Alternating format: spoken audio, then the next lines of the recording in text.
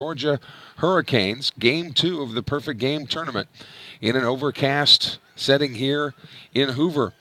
Bobcats come into this game 7-1, the Hurricanes 8-1. And this on the main stage of this Perfect Game Tournament, which is here at Metropolitan Stadium where Hoover High School plays, and it was the former home of the minor league team here in the Birmingham area, the Birmingham Barons. You'll see as you take a look at some of the grass, particularly kind of a strip of dead grass out there in left field working its way towards center. That's where the actual bleachers are put in place for Hoover High School's football team. They actually play here, their football games, so the bleachers are put out there. That's the cause of that dead grass. The world-famous Hoover Bucks that were featured in that MTV miniseries Two-A-Days some 7 or 8 years ago. I don't know, maybe even longer. Kelly Sander with you this afternoon, along with producer-engineer Jeremy Thompson, Parker Grillo also alongside, ready to bring you this one as the Bobcats in their all-whites going up against Cartersville. Halen Sanford on the hill for Sumrall, taking his warm-up tosses, and he will face the following lineup. Josh Davis will lead it off and play second base. He'll be followed by the shortstop Jordan Wilkie. Mason Barnett at first base, bats third for the Hurricanes. The cleanup hitter is the third baseman Brandt Smith. Preston Whelchel, the center fielder, bats fifth. He'll be followed by the catcher J.R. Martin. Batting seventh is Ian Anaba, the left fielder.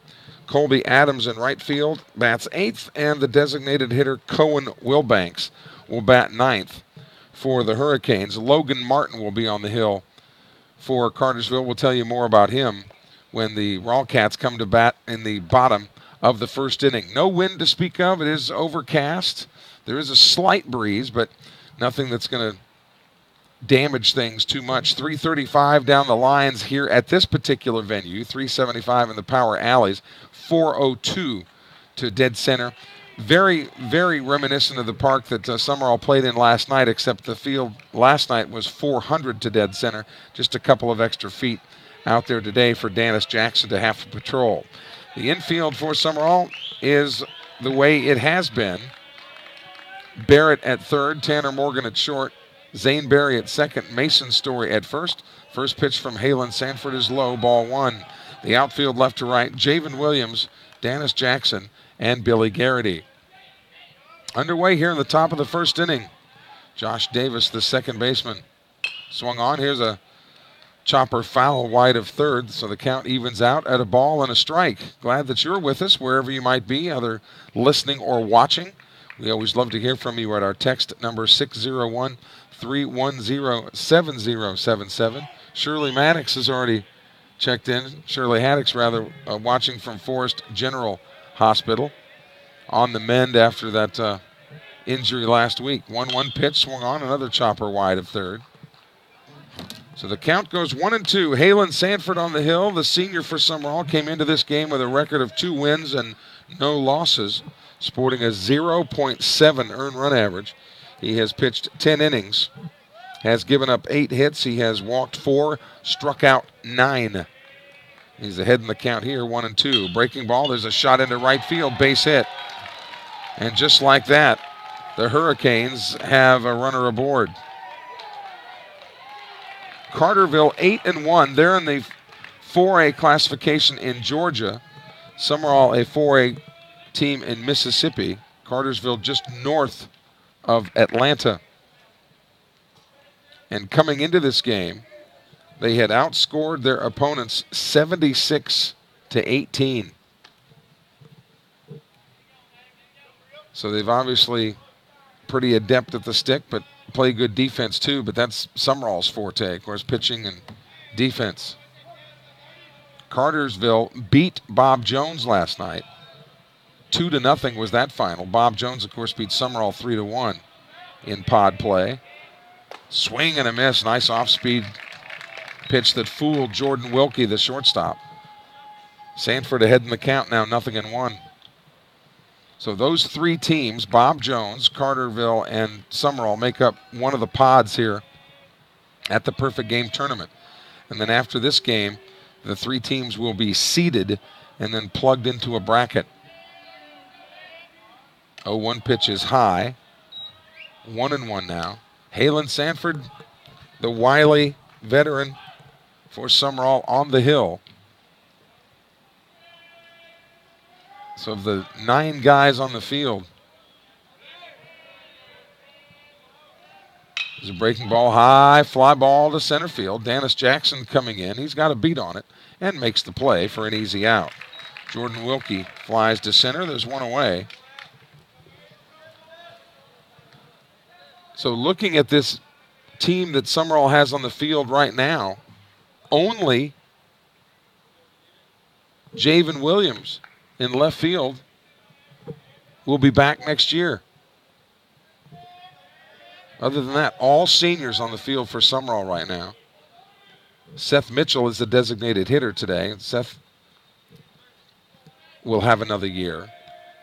But defensively, right now on the field, 8 of the 9 guys on the field for the Rawcats are seniors. Sumrall in their, what I like to call, Sunday white uniforms. White from head to toe. A little bit of blue on the bill. Overcast but pleasant here in Hoover today. That pitch is high and inside, 1-0. So Bob Jones opened the tournament yesterday with a 3-1 win over Sumrall, but then Bob Jones was beaten by Cartersville 2-0. So now Sumrall and Cartersville play. A little bit of blue on the bill. A ball and a strike now with Josh Davis at first base for the Hurricanes. Cartersville batting in the top of the first inning. Don't know when the next game for Sumrall will be. Maybe as the day goes on. And now a pickoff to 1-2 as Sanford blows it past him. All the Sumrall pitchers have terrific moves to first base. That's got to be about the 5th or 6th pickoff that the Bobcats have registered this year. Base is empty now with 2 away. Sanford kicks and delivers the 1-2, and that's fouled into the netting. This, the main stage. This is a huge stadium by high school rights. Of course, again, it was originally built for Birmingham's AA team, the Barons, but they have moved closer into town. So the high school of Hoover uses this now. Here's the 1-2 pitch. Low, 2-2.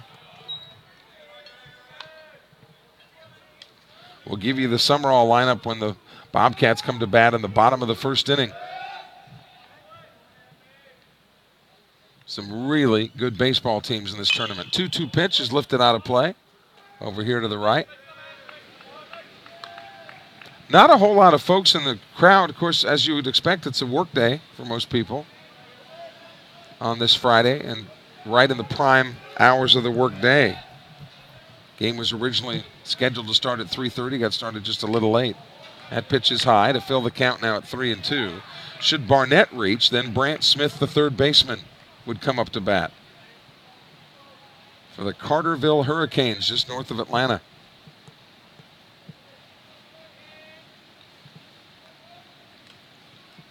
Bobcats haven't played pretty much straight away. Payoff pitch, 3-2 is upstairs, ball 4. So Barnett is able to milk a walk out of Halen Sanford, and here comes the third baseman, Brandt Smith. Brandt spelled B-R-A-N-T. Don't forget to check in now on the Sumrall roll call, 601-310-7077. Want to know where you're watching or listening the game today, where you might be from. That pitch is low, 1-0. Boy, Brandt Smith, and we're sitting way back up in an open press box area, but from where we're sitting, Brandt Smith looks like a big one. 6'4" or 5", the third baseman. They took a strike there. 2 away.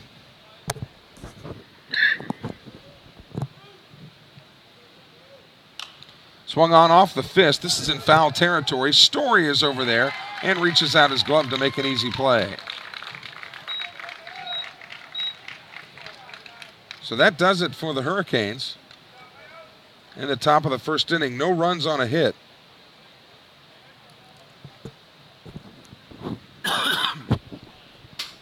Nobody left on base, so let's take a look at the Sumrall lineup now. Dennis Jackson will lead it off. He'll be followed by Zane Berry, Graham Crawford, the catcher batting third. He'll be followed by Big Time Garrity. Billy batting fourth. Javen Williams bats fifth. He'll be followed by Hunter Barrett. Tanner Morgan bats seventh. And rounding out the Sumrall order will be Mason Story and Seth Mitchell. So again, for Sumrall, it's Jackson, Berry, Crawford, Garrity, Williams, Barrett, Morgan, Story, and Mitchell to face the right-hander Logan Martin of Cartersville. The Perfect Game Fields, they built a complex in the Atlanta area, but something happened to where those fields went into foreclosure. Some type of financial debacle occurred. So, and in order to be more centrally located in the South, the Perfect Game people built a complex here in Birmingham. Well, Hoover to be precise. So teams like Sumrall would not have to go as far as if they had to travel to Atlanta. Of course, the bad news, especially for teams like Cartersville, is they'd have to drive a little bit. Lindsay is watching from work at USM, wishing she was there, and I got a sad face emoji. Aren't you proud that I know what an emoji is, Jeremy? Logan Powell supporting the Raw Cats this evening. Glad to have him with us. Sumrall coming to bat here now in the bottom of the second, or check that first inning. Dennis Jackson, who leads the team in hitting with a .583 average, steps up to bat here. Jackson with no homers and 4 runs batted in. Dennis Jackson committed to play football at Ole Miss as a wide receiver. First pitch is a strike at the belt buckle from Logan Martin. They play Dennis straight away. The 0-1 pitch. Swung on, shot to shortstop. Gobbled up, throws to first base. Jordan Wilkie was right there, and Dennis hit it right at him. So Jackson is out on the 6-3 putout.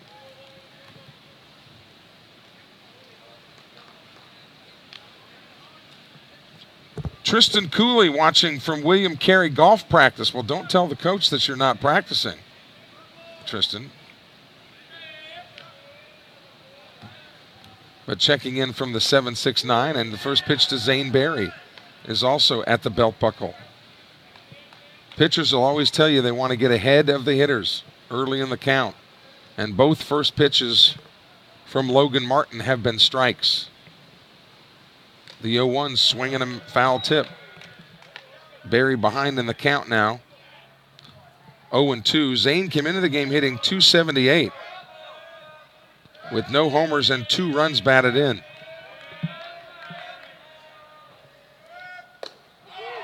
Called strike 3 on a fastball on the outside corner. Berry down on strikes, so 2 up and 2 down, and it'll be up to Graham Crawford if Sumrall is to make any noise here in the top of the first.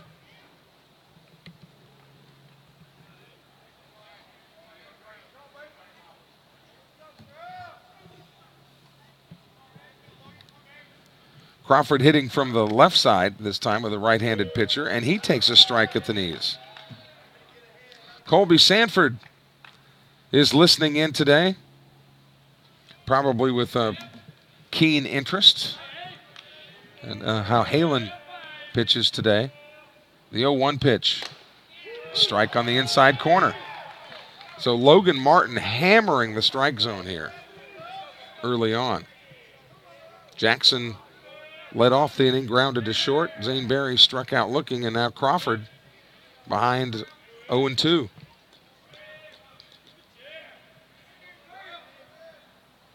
The 0-2 pitch, foul tip. He's able to stay alive.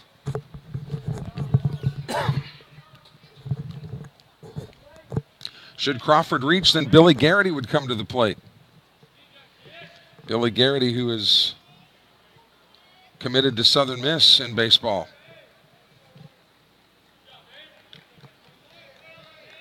The 0-2 pitch to Crawford. Swung on and lifted out of play to the left side.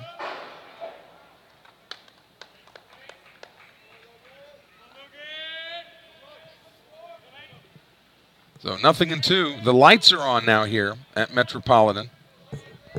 It has been overcast all day, different degrees of gray skies. Swung on. Here's a slow roller to first. It'll be fielded on the flip. Over there to cover the bag is Logan Martin. And the Bobcats go quietly here in the bottom of the first inning. No runs, no hits, no errors.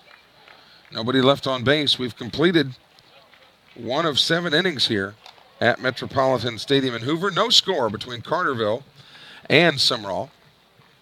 We want to thank our sponsors of our webcasts, Granberry Henderson Orthodontics, Diversified Forestry, Lewis Norman and All Pro Realty in Sumrall, Premier Orthopedics, Sonic Restaurants, who named Cross Sibley their Athlete of the Week, Bellevue Specialty Eye Care, Magnolia State Bank,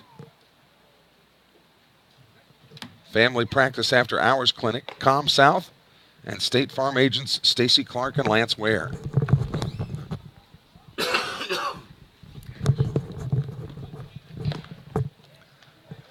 So Halen Sanford back out there to work, and he will face hitters 5, 6, and 7.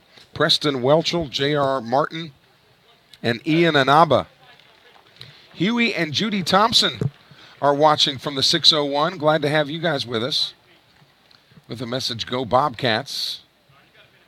Just, it was really a sight to behold yesterday when Sumrall opened this tournament yesterday in their game, seeing all the scouts and college coaches around. If you're a player, certainly thrilling to see that many people watching you play. And for the coaches and scouts, it makes a lot of sense because, again, you'll get to see a lot of good talent all in one place at one time. So you don't have to burn the roads and burn the gas up to go see just a couple of players. You can see tons of them all in one place.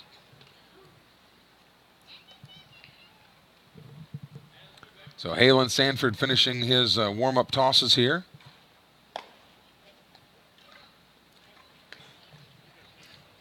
And we get ready to go back to action here at the top of the second inning. Center fielder Preston Whelchel digs in. Whelchel spelled W-E-L-C-H-E-L.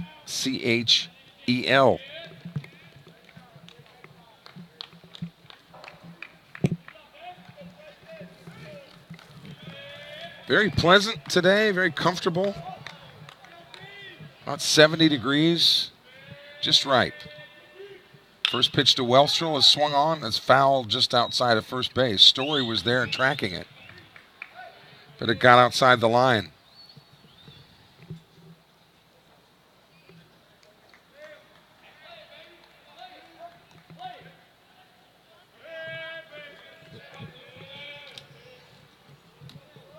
Sanford from the full wind kicks and delivers the 0-1. There's a strike at the knees, 0-2 now. Halen Sanford, a senior, committed to East Mississippi. He'll be heading to Scuba in the fall, where he will don the red and white of East Mississippi. The Lions. Boy, he'll be indoctrinated to a football season right away up there, won't he? Here's the 0-2. Missed outside. 1-2 the count now. Righty versus lefty, the matchup. Sanford gets the sign from Crawford, and the righty comes to the plate. Swung on. Here's a shot toward left field.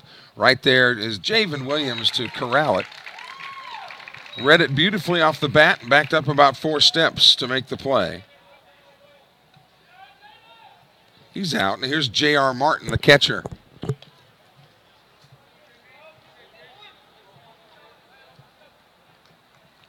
Righty versus righty here.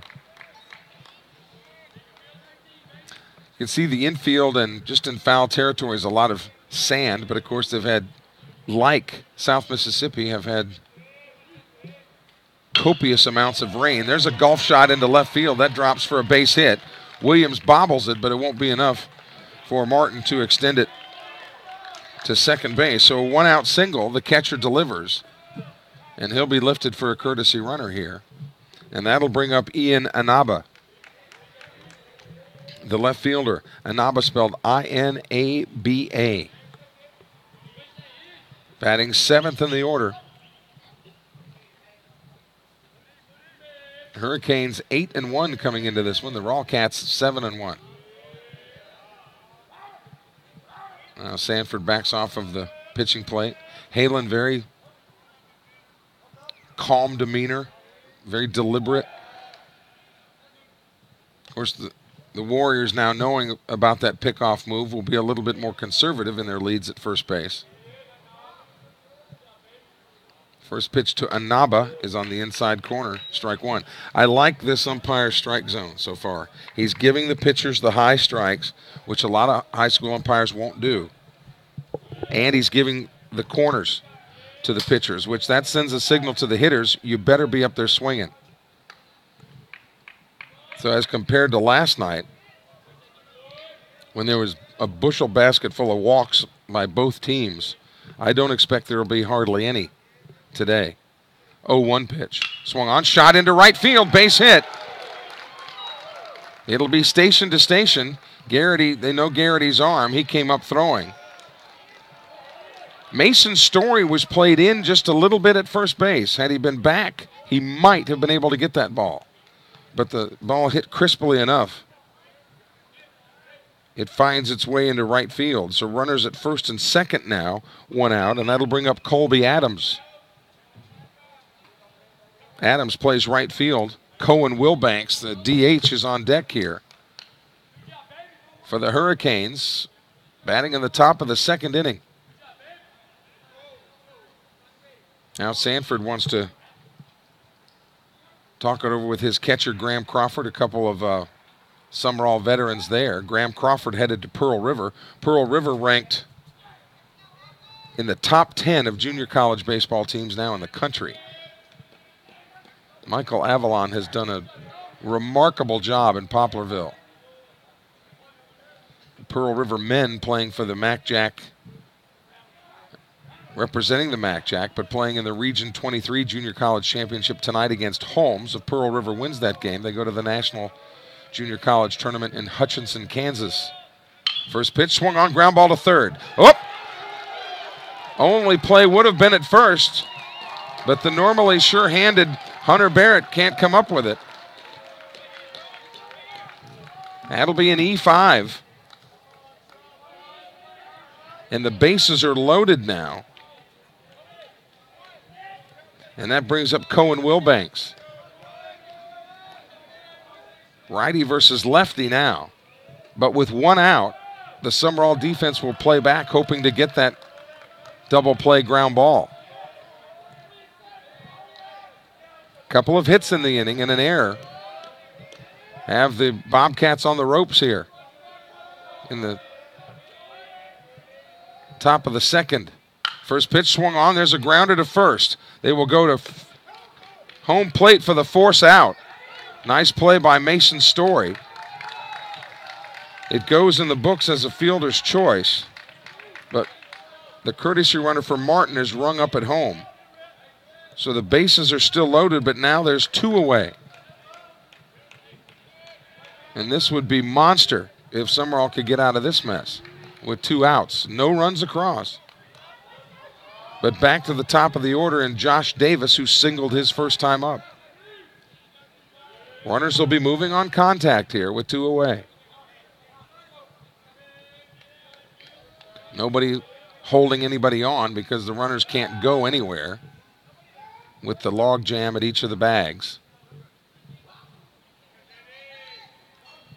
Halen Sanford looks into Crawford to get the sign. The right-hander kicks and delivers. There's a strike on the inner part of the plate. Charles and Eva Malcolm are watching from Waxhaw, North Carolina. I think I pronounced that right. W-A-X-H-A-W. from the 980 area code. The 0-1 pitch. Swung on, and that is a shot into left field, base hit. 1 run will score. Bobbled a bit in left field. Also being waved in to score is Adams. And the Hurricanes lead it 2-0.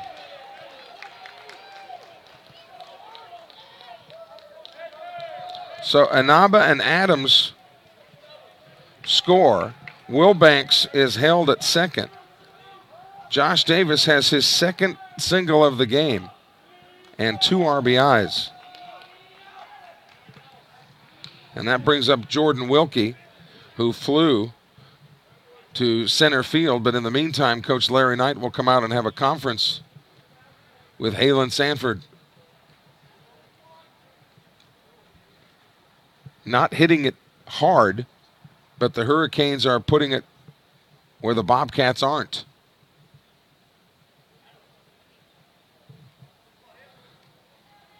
So Davis is at first. Wilbanks is at second with 2 away. And the Hurricanes have plated 2 here in the second.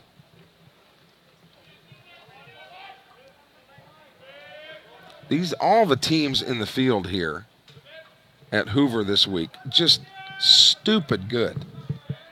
I mean, it's ridiculous how good some of these high school baseball teams are.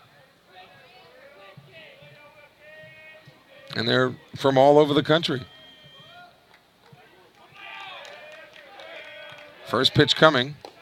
Outside to Jordan Wilkie, ball 1. Only 2 teams in this field. It's an invite-only tournament. And you get to be here by having rich tradition and having made national headlines with your program. And that certainly is Sumrall. The 1-0 pitch coming.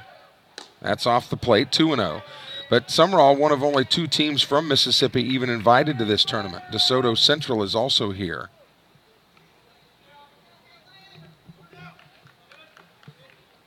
DeSoto Central in the northern part of the state, a 6A powerhouse in Mississippi. Fastball count here at 2-0. Pickoff play to second. And the runner did not get his hand back to the bag, and it's another pickoff. It's another pickoff. Coach from third wants to come over an explanation, but clearly Cohen Wilbanks went to slide back into the bag, and he just didn't get there. He was about 6 inches short of getting his hand into the bag, and it's another pickoff. So Wilkie will start with a fresh count when he goes up to bat in the 3rd inning. But the Hurricanes come up with 2 runs on 3 hits. There was an error, and as it turns out, 1 man left on base. So we go to the bottom of the 2nd inning. Sumrall trailing 2-0. A shout out to Latorre's Fine Foods, Sumrall's own hometown diner featuring steaks, seafood, chicken, po' boys, and burgers. I joked with somebody, you know the economy's bad when you order a po' boy and the owner comes out.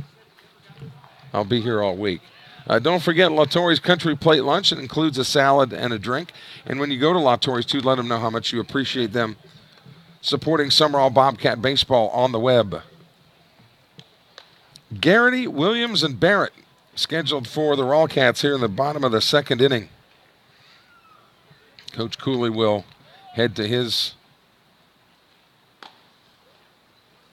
designated area down there at first base. Coach Larry Knight at first. Both of them sporting the long sleeves, but really quite comfortable today. Southern Miss leading Holy Cross 4-1 in the 9th. That's game 1 of a doubleheader. An odd Friday doubleheader, but again, Mother Nature trying to shake things up this weekend, so they wanted to get those games in. So 2 games today in Hattiesburg. Swung on by Garrity and fouled outside of first. Billy hitting .353 with 2 homers and 8 runs batted in. Both of those homers, both came against Jackson Academy, I believe. Slightly open stance. The 0-1 pitch. Swing and a miss. Nice change of pace there by Logan Martin. Garrity behind in the count now, 0-2. He'll be followed by Javen Williams.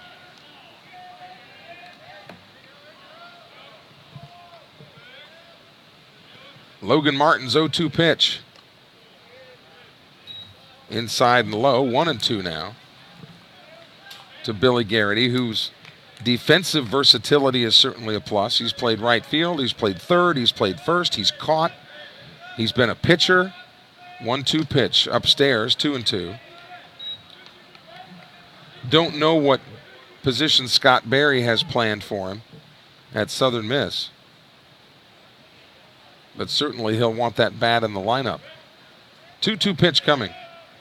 Swung on. There's a hot shot to second, but handled on one bounce. Making the play is Josh Davis, and Garrity is out on the 4-3. One away, and that'll bring up Javen Williams. Javen hitting 158 with no homers and 4 runs batted in. But he got the key hit last night. After Garrity was walked, Williams laced one to the gap in right center field, wound up being a triple and plating the only runs the Bobcats were able to muster. First pitch here is a strike on the corner. Again, anything, the low strike, the high strike, each of the corners, everything is in play with this home plate umpire. That's off the plate, 1-1. Told you that because of that open strike zone, you wouldn't see a lot of walks. 1 so far, the whole game. And it's not like we're that deep into it, but I'm just saying. 1-1 pitch. This was a pop fly out into foul territory. Will it stay in play? It will not. It'll get about 3 rows deep to the right side, out of your view.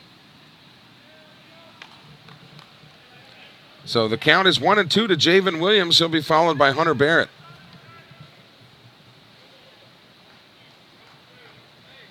Sumrall trailing 2-0 as the Rawcats bat here in the bottom of the second inning.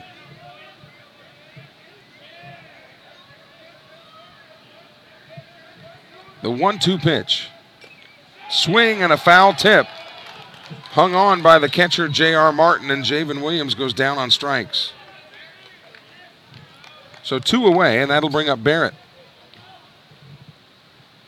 Barrett hitting 167, no homers, no runs batted in. Maybe today's the day that he'll break through. But Logan Martin has been really impressive for Cartersville. That pitch is outside and high, ball 1.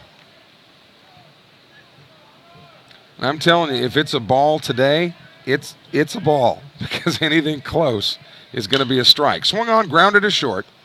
To his left, throwing across his body and making the play is Jordan Wilkie, and Hunter Barrett is retired. So for Sumrall, up and down 1-2-3 in the second. No runs, no hits, no errors. We go to the third from Hoover's Metropolitan Stadium. It's the Cartersville Hurricanes 2 and the Sumrall Bobcats 0. Thank you.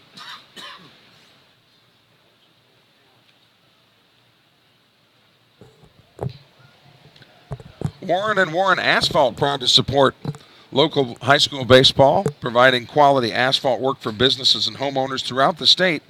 Warren and Warren is Mississippi owned and operated. You can call owner Larry Warren himself. He'll answer the phone. No job is too big or too small. Now, reminder, they do not do highway work. But Warren and Warren Asphalt, 270-4637, 270-4637. Glad to be with us here on our Sumrall webcasts. We've heard from North Carolina. We've heard from lots of different area codes in Mississippi. We have not heard from Louisiana yet today. Raymond McRaney and Christy Martin, 2 big Sumrall fans down there in Louisiana. Normally have us tuned in. We are perched way up behind home plate in an open window press box. I kind of joke about pitches being that are down the middle is position A. This, buddy, where we're sitting, is position A. Don't get any better than this. Jordan Wilkie, who was up to bat when Sanford picked off the runner, Wilbanks, at second to end the inning. So Jordan Wilkie will start with a fresh count here in the top of the third inning.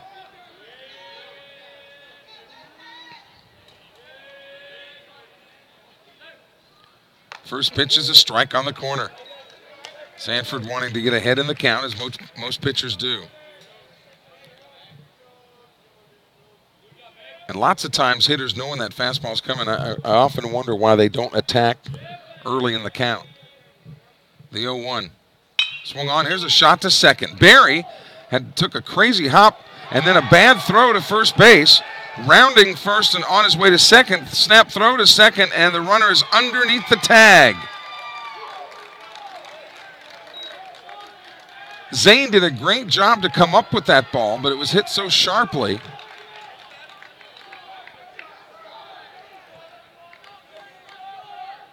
But now, will they say he was out at second, or is he just going to bring his gloves to the coach? Because it looked, the safe call was given, so it'll go as a throwing error. Tough break for Sumrall there. Wilkie at second base now with nobody out. And here's Mason Barnett. Barnett walked his first time up. But putting the ball in play and putting pressure on defense is partly what the game is about. And Sumrall, who's been just sterling with the gloves, have made a couple of errors in this game. Off-speed pitch is high, ball one. Sanford had been starting the hitters off with fastball, but went to the off-speed there. Lights on here at the Met, even at 4:30 in the afternoon. The 1-0 pitch. Swung on. This one is fouled out of play to the right side. And you hear the clanking of the tin seats over here to our right. Again, this is the final game of pod play for both Sumrall and Cartersville. They'll be reseeded then and then plugged into a bracket. And probably one other game today for Sumrall. Here's a high pop-up right side of the infield. Zane Berry is monitoring it. He handles that one rather easily. And there's one away. So Barnett pops out. Best thing about a pop-out is the runners cannot advance. And here's Brandt Smith, who popped out to Mason Story in foul territory in his first at-bat. Cartersville batting in the top of the third inning, leading Sumrall 2-0. Runner at second with one away. Now time is called at the plate.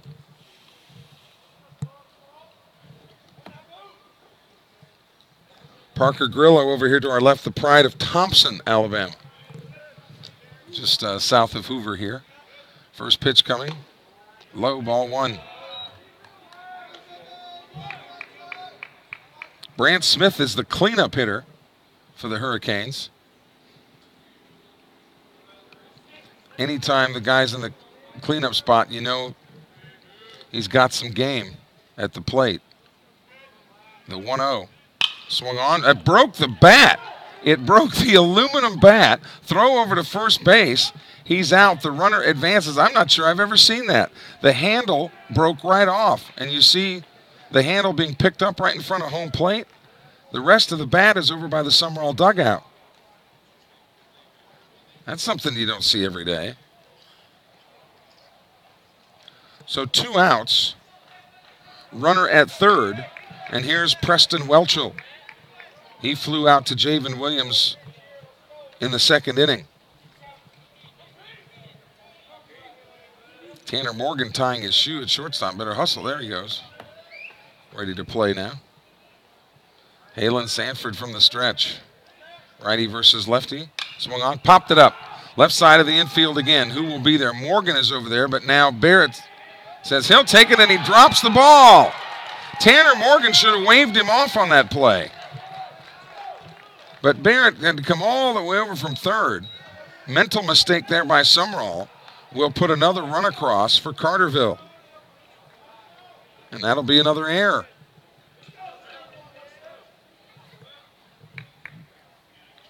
Sumrall should have been out of the inning there.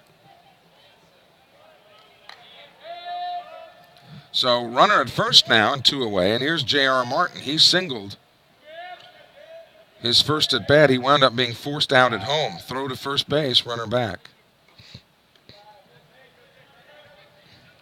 Halen Sanford's been victimized with a little bad luck here today. 3-0 Cartersville as the Hurricanes bat in the top of the third. Swung on, ground ball to short. Tanner Morgan's got it. Nope. Thought he had it. Couldn't come up with it. Another miscue for Sumrall, the third error of the game. And we're just in the third inning. That was about as routine as it gets. And the ball went into Morgan's glove. He just couldn't pull it back out. So runners first and second with 2 outs. And here's Ian Inaba, who singled his first at bat. Boy, this will give a coach gray hair. You talk about team baseball. Halen Sanford throwing strikes and getting the pop-ups and the ground balls and just not getting any defensive support. There's a strike. And look, that's all part of the game, and he understands that. And nobody feels worse about it than the players who have been so sure-handed this year. But this V8 defensive engine for Sumrall is a piston off. Throw back to second. Close play. Halen Sanford's already picked off 2 runners. So runners on first and second, and the count is 0-1 to Inaba. Ian Inaba, the left fielder for the Cartersville Hurricanes. What a great opportunity for the kids to get to play in this tournament. Swung on, and there's a little shot down left field line, but it's foul.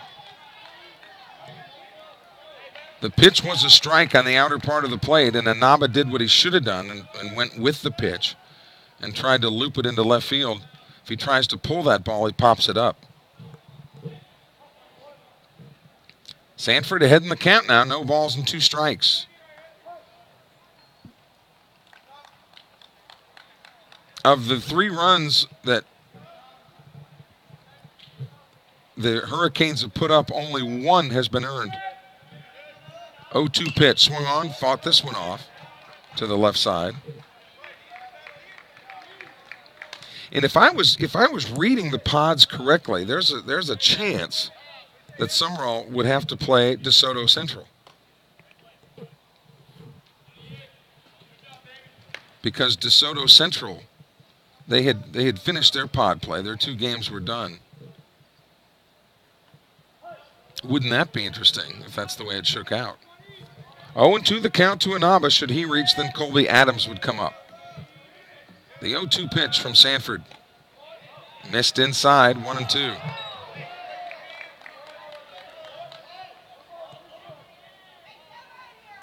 Sanford thought he had him there.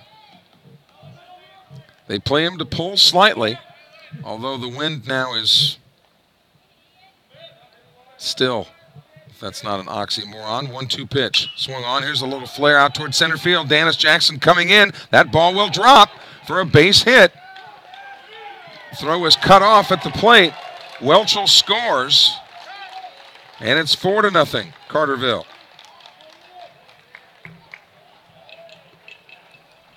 Martin was held up at second base. Inaba knocks his second single of the game. He is credited with an RBI. Runners are on first and second now, 2 outs, and here's Colby Adams.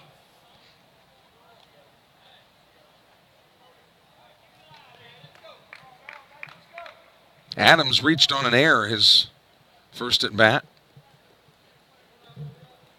Ground ball to Barrett at third, and he just mishandled it. So runners will be going on contact now. as a new count on Colby Adams.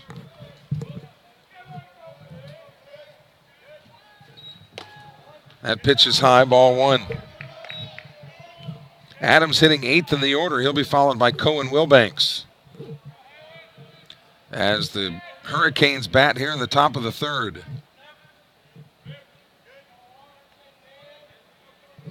The 1-0 pitch swung on, off the fist, and fouled right over here to our right. Boy, if I had my big butterfly net, we might have been able to reach that one.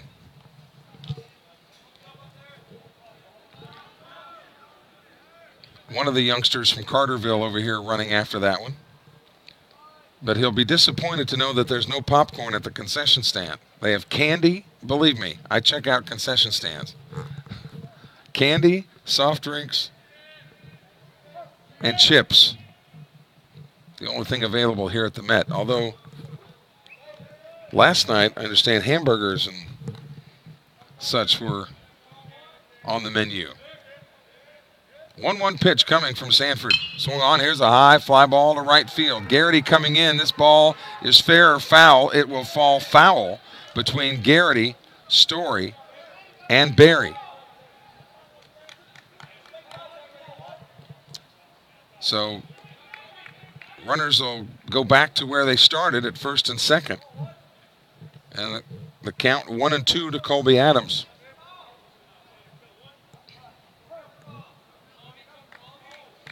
Two in the second for the Hurricanes, 2 more here in the third.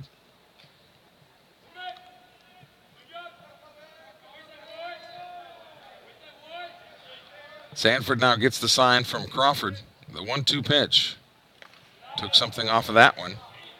Tried to get him to chase outside. 2 balls and 2 strikes.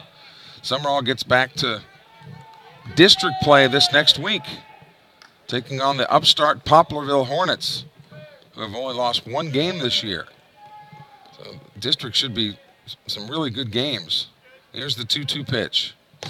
Inside and high, 3-2. So now, with the full count, the runners will be off with the pitch.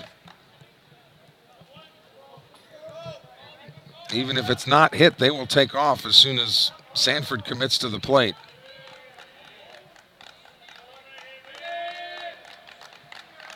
There they go.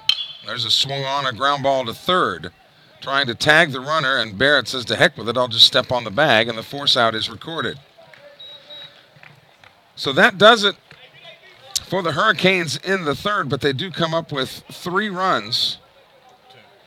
Check that, 2 runs on 1 hit.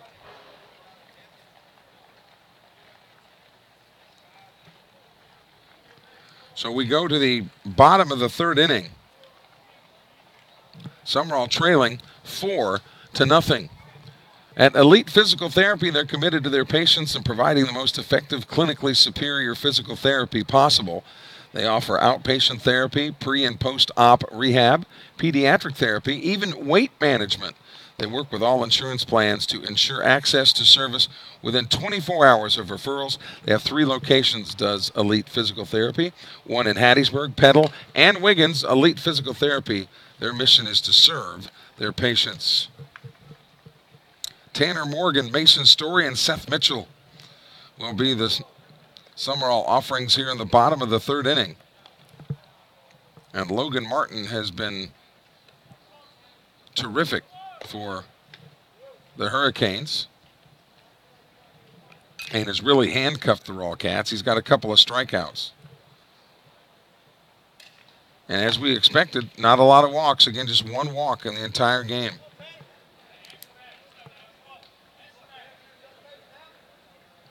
There's lots of times when umpires do have that crazy tight strike zone. Hitters don't swing, and you're up there all night long. And I've always contended nobody pays to see people walk in baseball or shoot free throws in basketball. Here's Tanner Morgan. Tanner hitting .211 with a homer and 3 runs batted in. First pitch to him is a bender that's in there. There's strike 1. Morgan hitting 7th in the order. Big Mason Story on deck here for Sumrall, batting in the bottom of the third. Breaking ball, swing and a miss. Boy, fooled Morgan badly on one that broke away. The senior shortstop for Sumrall. Trying to get things going here. In the bottom of the third frame. Got started a little bit late. Got started about a half an hour late. Here's the 0-2 pitch. Fastball, strike on the corner. Morgan was guessing something off speed, but got fooled by the fastball. He's down on strikes. Third strikeout of the game for Logan Martin. 2 looking and 1 swinging. And here's Mason Story now. Mace hitting .211 with a homer and 2 runs batted in.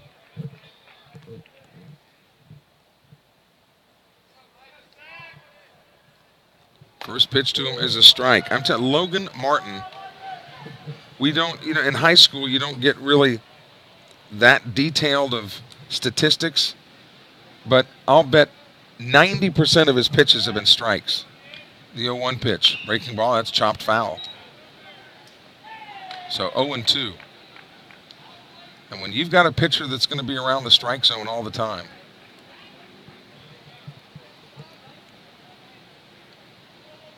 you got to be ready to swing the stick. 0-2. To Story. Seth Mitchell is on deck.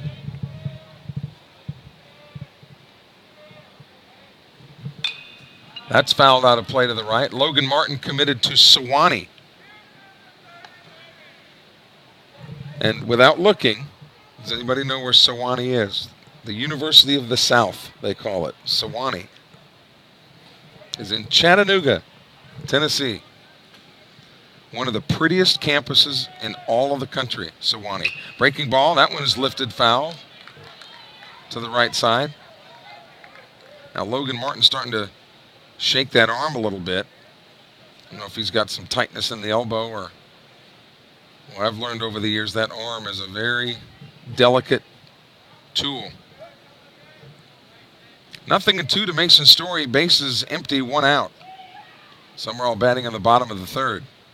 Brandt, and that hit him.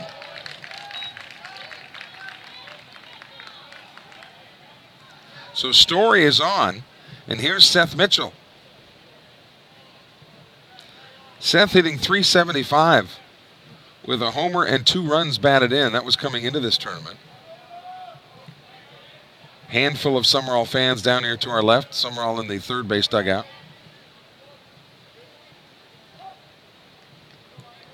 And we are actually facing southeast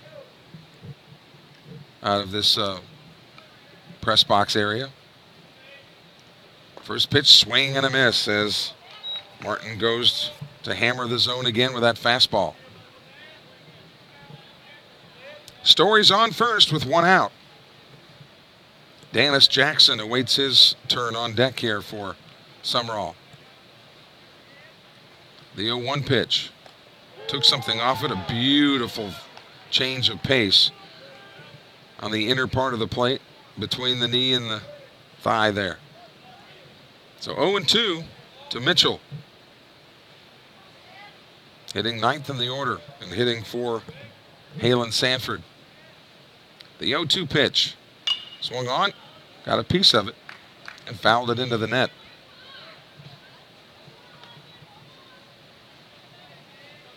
This is not, it's called Hoover Metropolitan Stadium, and although the Buccaneers play their baseball games here, this is not on the campus of Hoover High School.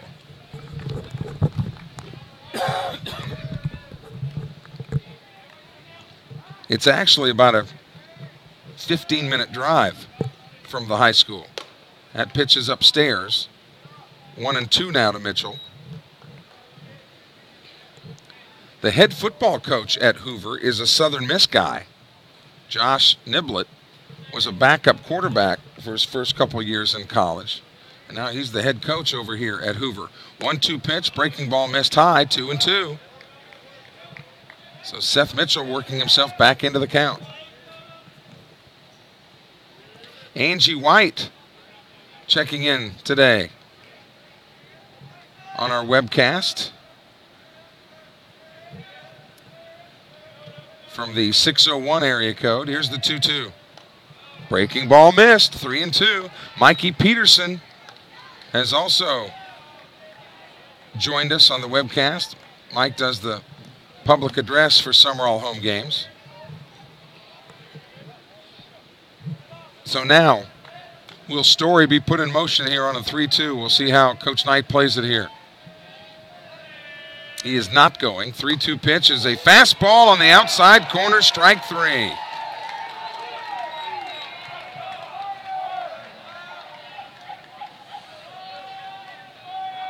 So 2 outs, and that'll bring up Dennis Jackson.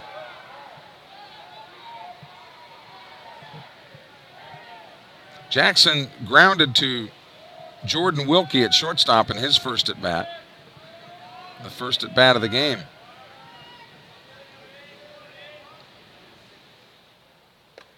Breaking ball away. 1-0 as we near the 5 o'clock hour.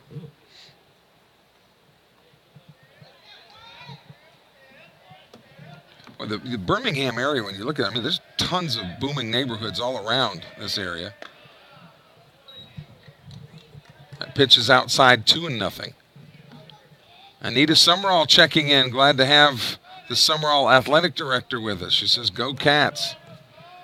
But to put into perspective how a lot of these areas around here and how they're growing, we're told that, more on this in a moment. 2-0 pitch swung on. Here's a little flare out toward right field. It is twisting foul. So it'll go as a long, loud strike. 2-1 to Dennis Jackson. To put it in perspective, Hoover High School here has 3,000 students, grades 9 through 12.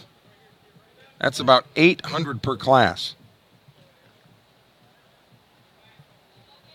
And I think maybe each class at Sumrall might have 120, 150 maybe. 800 students per class at Hoover. Here's the 2-1 pitch. Bounced in there, gets away from the catcher, but Story will stay tethered to first base. 3-1 to Dennis. Zane Berry is on deck. Sumrall trying to get on the scoreboard, trailing 4-0 here in the bottom of the 3rd inning. Sumrall, the visiting team last night, and the home team here today. The 3-1 pitch. Strike on the corner. 3 balls and 2 strikes. Now Story will be on the move with 3 balls, 2 strikes, and 2 outs.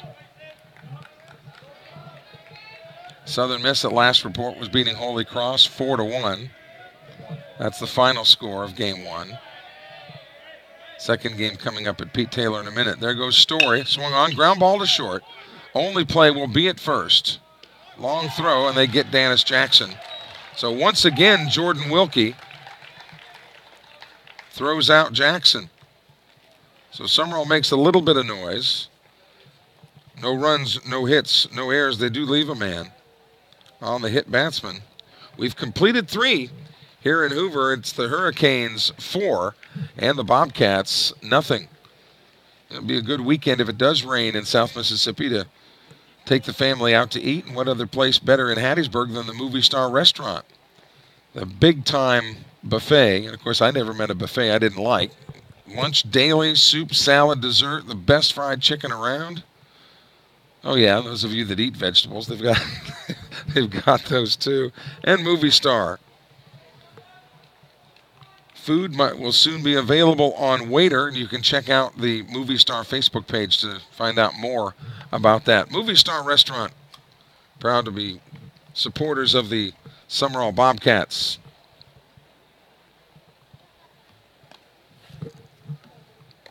Sharon Brakefield has checked in from the 601 area code saying, "Go Cats." Sanford out for another inning of work, and he will face hitters 9, 1, and 2. Cohen Wilbanks, Josh Davis, and Jordan Whelchel.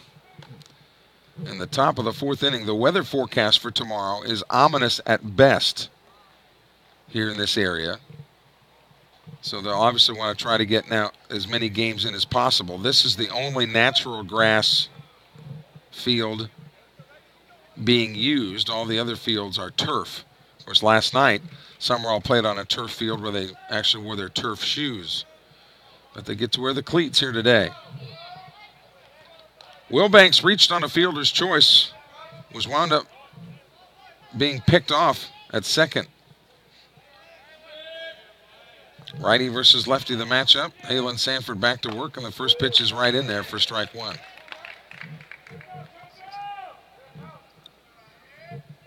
Top of the fourth inning, scheduled 7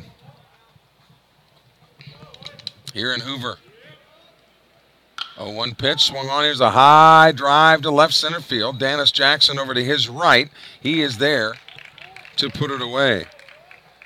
Also coming on was Javen Williams. Of course, Javen, the younger of the two, and Dennis Jackson, one of the premier center fielders in the state, waved him off. And I'm sure Javen said, yes, sir, you take it. He did. And there's one out. That'll bring up Josh Davis, who has been a pain in the Bobcat side here today. He has singled twice and has 2 RBIs. First pitch to him there is short, ball 1. Certainly understandable as to why Davis is their leadoff hitter. So putting the ball in play each time, and actually, as we mentioned, finding a couple of holes. 2 singles. The 1-0 pitch swung on. That one's fouled. 1-1 the count. Teams from Puerto Rico in this tournament. Texas, Maine, the state of Maine has a team down here. They probably just wanted to come to get a break from the weather. I mean, how much have they been able to be able to play because of the cold up there? The 1-1 pitch. Swung on. Here's a drive to left center field. That ball is well hit, but Javen Williams is there to make the catch. Javen picked it up beautifully right off of the bat. It looked for a minute that it was going to have enough juice to get out of here. But Williams, with exemplary defensive play, hauls it in. And there's 2 outs. So that's the first time the Bobcats have been able to get him out. And here's Jordan Wilkie, who has flown to center and reached on an air. First pitch is swung on and fouled off right over here to our right. Looks like there's about 4 or 5 youngsters kind of doing a foul ball patrol down there. The 0-1 pitch, check swing, and that'll go as a foul ball. It looked like he was trying to dance his way out of the way of the pitch, but when he turned, the ball actually made contact with the bat, so it goes as a foul ball. 0-2 to Jordan Wilkie. Bases empty, 2 outs here in the top of the 4th. Swung on, grounded to second. Zane Berry gobbles this one up, flips to first base, and the Bobcat defense back on track. 3 up and 3 down for the Hurricanes in the 4th. No runs, no hits, no errors. We go to the bottom of the 4th, and Sumrall will send up hitters 2, 3, and 4 to face Logan Martin, trailing the Hurricanes 4-0. Buffalo Wild Wings is the official viewing station of Southern Miss Athletics, and every time you go to Buffalo Wild Wings the day of the game, just tell them that you want part of your tab to go to Sumrall, and they'll do just that. Don't forget the fast break lunch specials that they have daily. Buffalo Wild Wings just off of I-59 and Hardy Street in Hattiesburg. And a lot of Sumrall fans were there on Wednesday night when we did our video podcast there. It was a good night of food and fellowship and fun just prior to coming over here to Birmingham. Glad to have Buffalo Wild Wings along. Zane Berry, Graham Crawford, and Billy Garrity will be commissioned here to get something going here for the good guys. In the bottom of the 4th inning. If this score were to hold, or Cartersville were to win the game, then it looks like Sumrall would play at 8:30 tonight.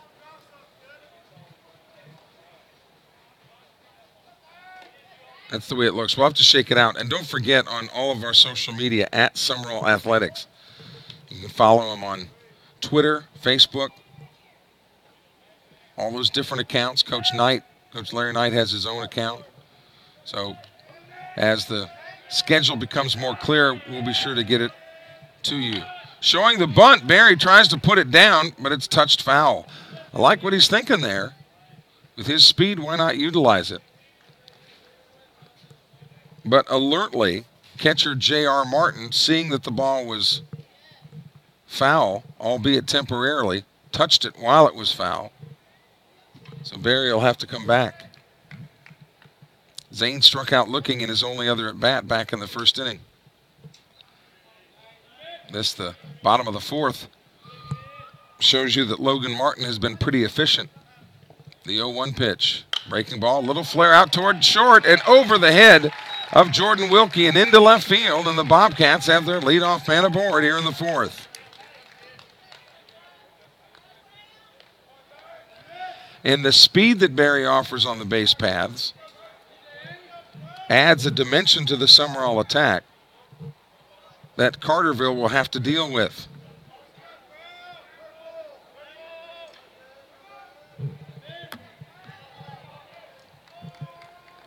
Crawford grounded to first, his first time up.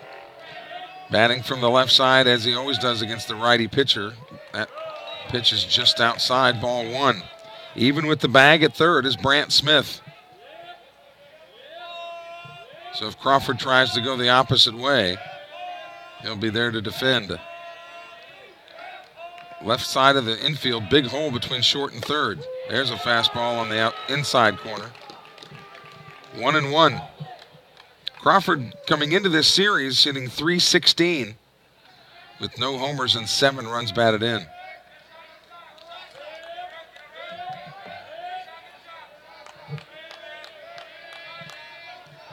Throw over to first base. Back in time, and of course, down 4-0. The Bobcats don't want to do anything to diminish their chances of scoring some runs. The 1-1 pitch to Crawford. Swung on. Here's a little flare out toward left, but moving to his right to make the catch and putting a glove on it there is Ian Anaba.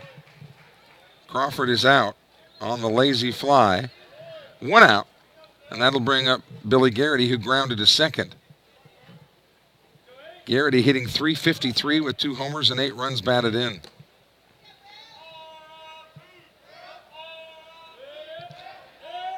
Like Crawford, they're giving Garrity all kinds of room in left center.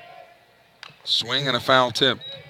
And last night when they were playing Bob Jones and Garrity was up to bat, Bob Jones pulled the cool Carl Karansky shift where just about everybody was on the right side, giving Garrity at least a double if he were to hit it to the left side.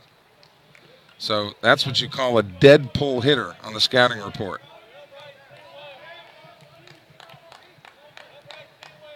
The Hurricanes are playing him pretty much orthodox.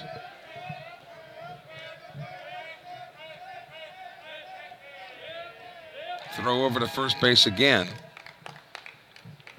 Even though schools are from different states, they get scouting reports from other schools that have played these teams, so they know all about Barry's speed over there at first base. The 0-1 pitch. Outside, 1-1.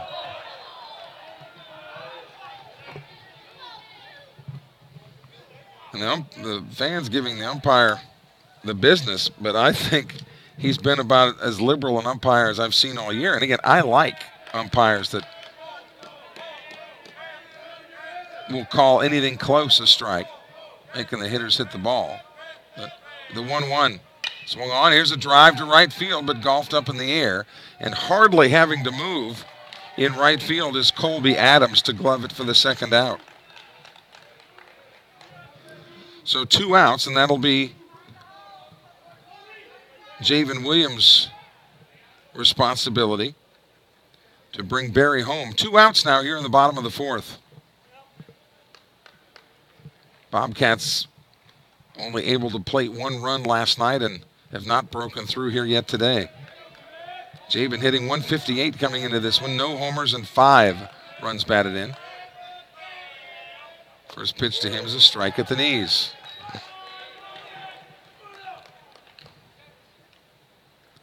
A lot of these players in this tournament have perfect game profiles. I mean, perfect game ranks these players, 1 to 1,000 practically at each position. It is amazing the science of recruiting. Runner going, pitch is outside, and they will give Barry second base. Defensive indifference is what it's called. They didn't even throw on him. What for? He was there anyway. But it does put Barry in scoring position now with 2 outs, and they'll have the added advantage of not having to worry about being doubled up on a line drive. Javen Williams hitting 5th in the order, facing a 1-1 count. Swung on, chopped foul outside of third. So 1-2 now. Hunter Barrett is on deck. Sumrall trailing 4-0. Boy, it is a perfect night, dusk, whatever you want to call it, for baseball. I kind of like the cloud cover. Then you don't have to worry about bringing out the suntan screen or anything like that. The 1-2 pitch, too high. 2-2. Karen Thompson is watching. Let's do this, Bobcats. Cheering from the 601 area code. I think our area where we live now has a couple of area codes, not just the 601 anymore. The 2-2 pitch. Snap throw back to second base. The ball skids into center field, but Barry already being in scoring position and there being 2 outs. He wisely decided to hang at second, and the count is full to Javen Williams. Logan Martin and Halen Sanford have gone the distance for both teams.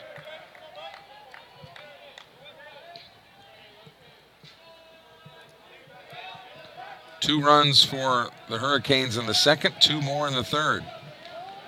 And now Williams wants time.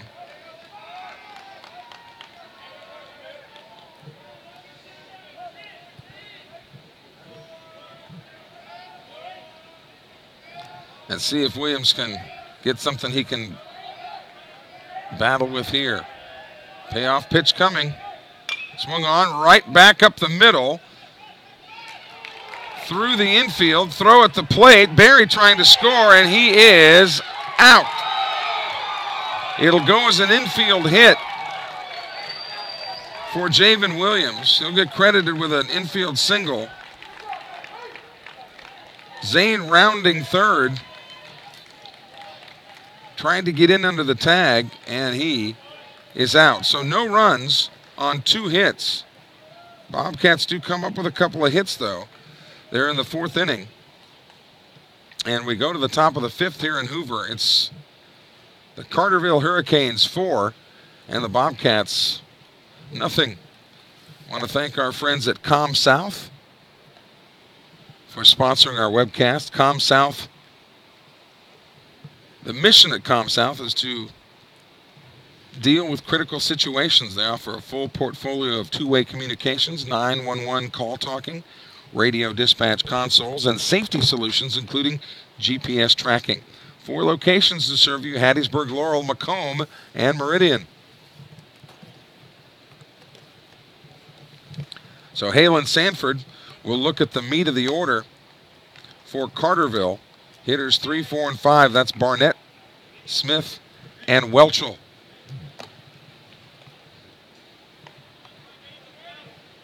As we go to the 5th, this game started right at about 4 o'clock, maybe even a little after.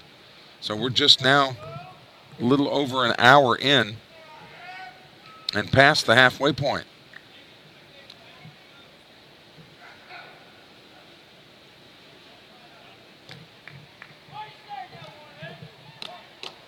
Mason Barnett, he walked in his first at bat and then popped to Zane Barry in his second attempt. There's a strike.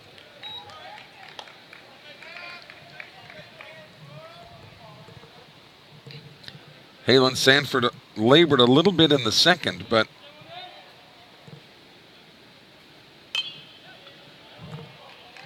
didn't have too much damage done. And then in the third, the gloves of the Sumrall defense betrayed him a little bit.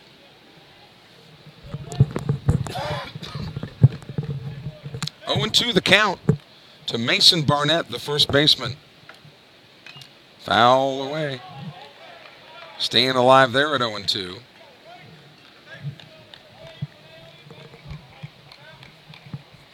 There's rain north of us, but when I say north of us, good ways. We're not in any danger here, although we have been overcast all day. 0-2 pitch is low, kicked up some of the chalk from the batter's box. 1-2. When Hoover plays its high school football games here, right down here by home plate is one of the end zones. All right, so they play really right along the sideline, and football would be the right field line here. Easy, lazy fly ball out there to center field. A can of corn for Dennis Jackson, who handles it pretty easily. 1 up and 1 down, and that'll bring up Brandt Smith, who's 0 for 2 with a pop-up and a ground out. So as you mentioned, right along the right field line would be the sideline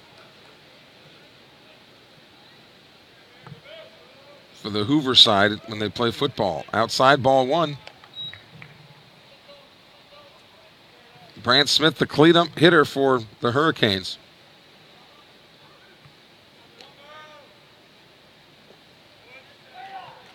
So we mentioned coming into the game, the Hurricanes had outscored their opponents by 60-some runs coming into this one. 2-0 the count to Brandt Smith. Halen Sanford on the hill for Sumrall. Swung on. Foul ball. That ball actually bounced up over the rail and got into the stands.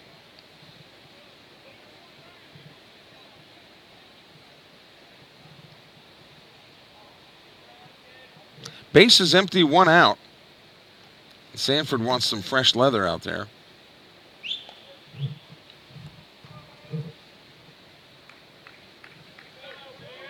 Sumrall playing another game tonight, most likely. We're not sure. Begin follow us on social media once that gets plugged in. Here's a chopper to third. Barrett's got it. Throw over to first base. And there's 2 away. So 2 up and 2 down, and Sanford now has retired 6 in a row. Preston Whelchel is 0 for 2. He's flown out, reached on an error, but he did score a run. The Hurricanes leading the Bobcats 4-0 here in the top of the 5th inning. Sanford from the full wind. Missed high, ball 1. Halen Sanford, one of the talented pitchers. This Sumrall staff is so deep. Here's the 1-0. Missed again, low. And as many seniors as there are that flank Halen Sanford, a lot of the pitchers for Sumrall actually come back after this year. Now Sanford wants another baseball. Cross Sibley, who is the ace of this Sumrall staff, is just a sophomore. Hayden Norrid, who threw very, very well against Oak Forest. I think he's a sophomore. Maybe a freshman, I don't know. Norrid. He's a freshman. Swing and a miss. No, he's a sophomore with Cross. So 2-1 the count now.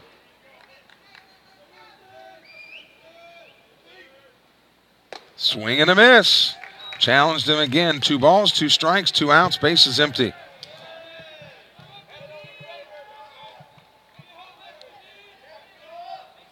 The Hurricanes got 3 hits in the second inning where they got 2 runs. And then in the third inning, the Bobcats made a couple of errors, and that was the difference. And that's where they got their 4 runs. Count is full now to Preston Whelchel. Should he get on, then J.R. Martin the catcher would come up. The 3-2 pitch. Swung on, high pop-up. Shallow center field. Dennis Jackson is there. He's got it, and that retires the side. So again, Halen Sanford now has retired 7 in a row. No runs, no hits, no errors. We go to the bottom of the 5th inning. Sumrall will send Barrett, Morgan, and Story to the plate. We want to thank Magnolia Place Retirement Home in downtown Sumrall as being one of our sponsors. Residents there receive the quality care that they certainly deserve. Dedicated resident assistants, registered nurses. Residents there enjoy home-cooked meals, activities, housekeeping, religious services, making it just a little bit better than all the rest. Magnolia Place Retirement Home in downtown Sumrall, 758-0600. Or you can message Magnolia Place on Facebook, 758-0600. We didn't have Facebook when I was a kid. Didn't have the internet when I was a kid. Barely had electricity when I was a kid. So things have changed a little. Logan Martin back out there for another inning of work. And why not? He has stymied the Bobcats on no runs and just 2 hits. But the good news for the Rawcats is both of those hits were last inning. So after the first time through the order, Bobcats starting to figure him out a little bit. But have some work to do, trailing 4-0. Again, Barrett, Morgan, and Story coming to bat. Hitters 6, 7, and 8.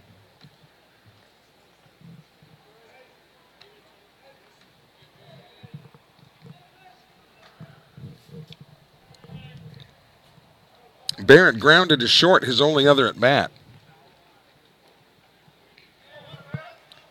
And Jordan Wilkie's been pretty busy over there at shortstop. First pitch to him. Swung on, a fly ball, but foul. It's actually kind of a lazy liner. Sumrall bullpen getting to work out there.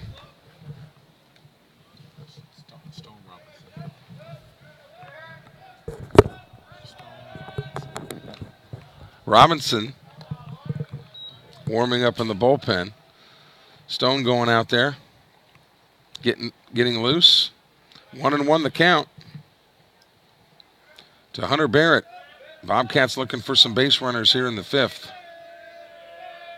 Swung on, a little chopper towards second. Almost mishandled, but gloved by Josh Davis. And he throws Barrett out as if Davis hasn't been a big enough pain. He's got 2 singles, a couple of RBIs, and 2 for 3 on the night. So Barrett is out, and that'll bring up Tanner Morgan, who struck out looking in his only other at-bat. That was in the 3rd.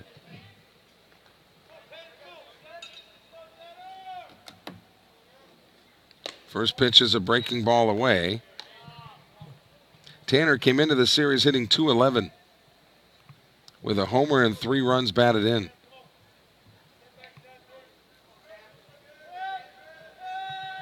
The 1-0 pitch swung on, and that's a flare out toward right, but that's foul and gets into the seats. You know, baseball fans, Southern Miss was kind of in a funk where they weren't scoring a whole lot of runs, and people go, gee, what's wrong? I'm going, well, you have to give the other team's pitching, whoever it might be, a little bit of credit. When you certainly know that the Bobcats are capable of putting up big numbers like they did against Oak Forest, Jackson Academy, and West Jones, as there's another foul. And 2 out of those 3 games, double-digit runs put up by the Bobcats, but they've been handcuffed here. But so far. But remember, you're facing the very best pitching in the country, and usually, good pitching is going to beat good hitting. 1-2 pitch, strike 3, fastball, and Morgan down on strikes for the 2nd time. So 2 up and 2 down, and that'll bring up Mason Story, who got plunked his first time.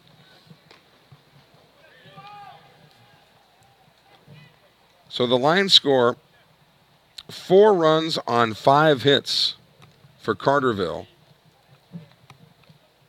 No errors. No runs, 2 hits for Sumrall, but 3 big errors. And they happened, there's never a good time for an error, but they occurred with runners on base and allowed the Hurricanes to extend innings. Of the 4 runs they have, only 2 are earned. First pitch swung on, chopper to third. Short hopped, throw over from third to first is right on the money by Brandt Smith. And the Bobcats go quietly in the 5th. 3 up and 3 down, no runs, no hits, no errors. We've completed 5 here in Hoover. Sumrall trailing 4-0. Of course, we're right in the middle of tax season, and if you're looking for professionals to do your taxes, consider Martin's E-Tax in Sumrall. Locally owned and operated by Michael and Jenny Martin, they offer fast, efficient, and friendly service. They can also help you beyond tax season as they're open year-round. Martin's E-Tax at 4879 Highway 589 in Sumrall, right across from Sumrall Town Hall. Kelly Sander with you on the web this afternoon with producer-engineer Jeremy Thompson, associate producer Parker Grillo from high above home plate here at Metropolitan Stadium in Hoover, and we've got a pitching change for Sumrall.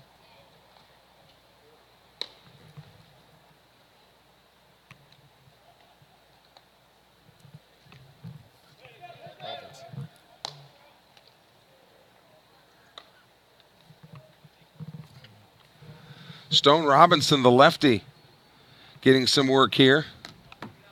And he will face hitters 6, 7, and 8, Martin, Inaba, and Adams. So the day is done for Halen Sanford. So Halen gave up 4 runs on 5 hits, but again, only 2 were earned. And Stone Robinson now to get some work.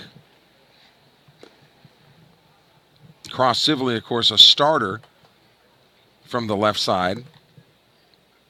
Robinson, the left-handed reliever. As we go to the top of the 6th inning. Boy, this suburb of Birmingham, Hoover, I mean, you go by the rec center and it's monstrous. It's about 1 block long. Then there's the senior center. It's not far away from it, where senior citizens can kind of hang out. That's a huge building, all state-of-the-art. A little bit of money around this area.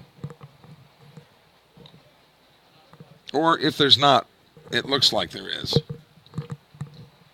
So here's Martin. He has singled and reached on an error. So he's officially 1 for 2. First time he'll lay eyes on Stone Robinson. Robinson, the lefty. Martin, the righty. First pitch is outside, ball 1. The rest of the Sumrall defense remains the same. The 1-0 pitch. That's low, 2-0.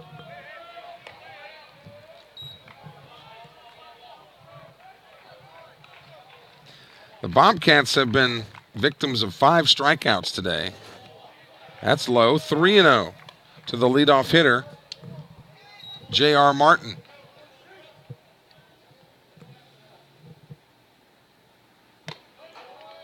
Outside, ball 4. So 4 straight pitches.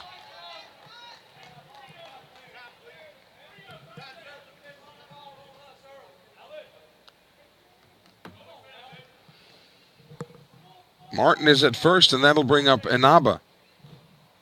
Well, no, we've got a pinch hitter for Inaba. When you look at Inaba's numbers, he singled twice, he scored, and had an RBI.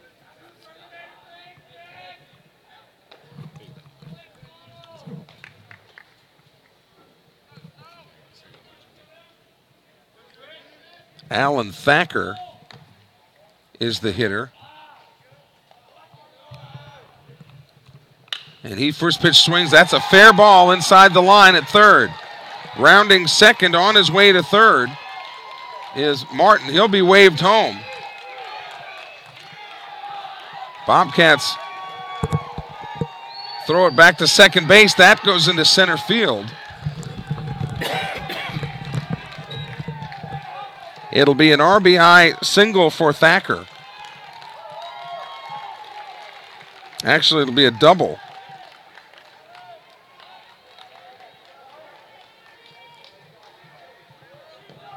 So Thacker gets an opportunity off the bench and comes through with a shot right down the line that was fair. And here's Colby Adams. He has singled and reached on a fielder's choice. Bobcats weren't sure whether they were going to throw it home or not, and the ball kind of got out of the hands of Hunter Barrett. And then Graham Crawford got it, tried to throw to second and get the man coming back in, but it got away from him. There's a strike. To Colby Adams, hitting 8th in the order. Sumrall trailing now 5-0 as Cartersville bats in the top of the 6th.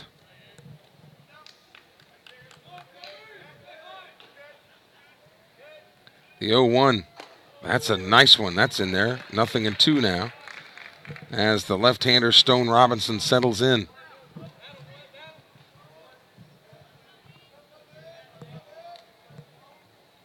And we've said before, it's not necessarily the walk that'll kill you, it's the hit after the walk, and that again is what happened there.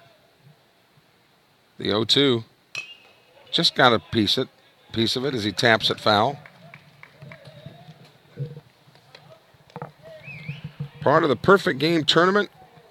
Sumrall in tournament play last week at the Rex Adidas that Sumrall hosted. Now here in Birmingham, they get back to district play. I say back to district play. It'll be the first time this year, but district play nonetheless. There's a shot up the middle. Base hit being waved around. Here comes the throw from Dennis Jackson. It's too late, and then moving to second is Colby Adams. So a run comes across. It is 6-0. That's a single and an RBI for Adams, and he races to second on the throw home.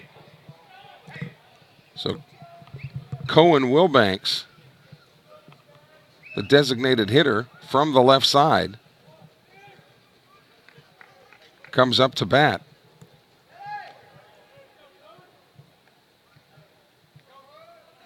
Now they'll shift Garrity more toward right. They originally played him toward center.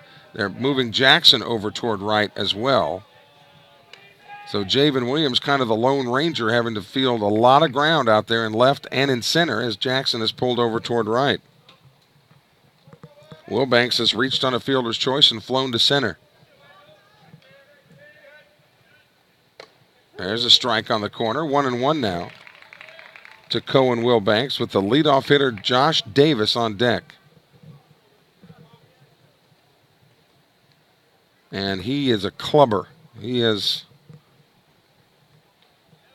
really impressed with the way that he has swung the bat. Here's a little pop-up. Shortstop Tanner Morgan waving everybody off. He gloves that one pretty easily.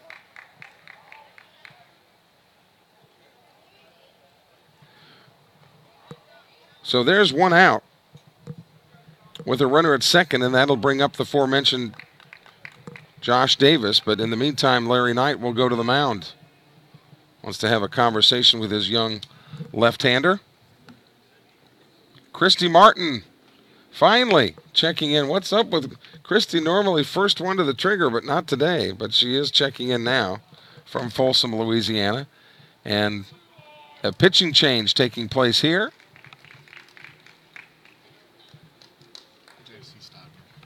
J.C. Stogner coming into pitch now for Sumrall. He's a righty. Larry Knight not liking the lefty-righty matchup that Josh Davis presents. And Stogner, the undershooter. Sumrall always has a guy that'll, come from the side or from underneath. Give Josh Davis a different kind of look. We want to thank Dr. Bayless and Dr. Burns at Premier Orthopedics, trained experts in sports medicine with experience you can trust and the expertise that will help you return to a normal life. Call Premier Orthopedics at 296-2100, 296-2100, or you can visit premierorthopedic.com to book your appointment online.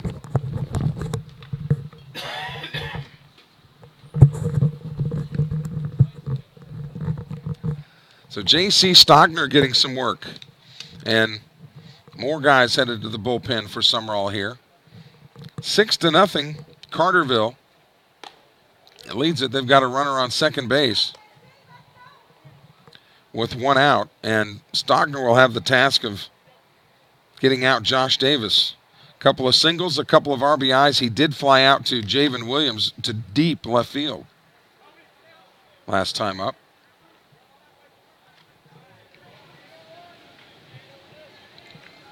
Cartersville's also been working in the bullpen.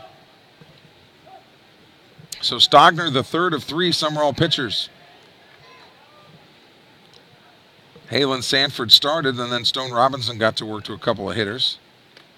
Breaking ball strike, and a beauty in there.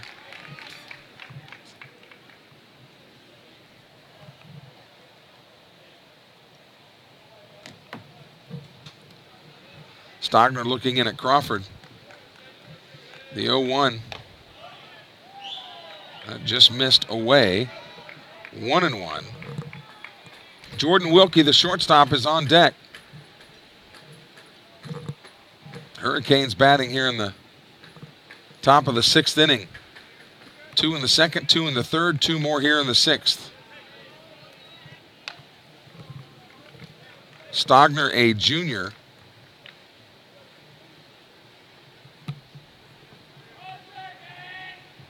And righty versus righty, the matchup.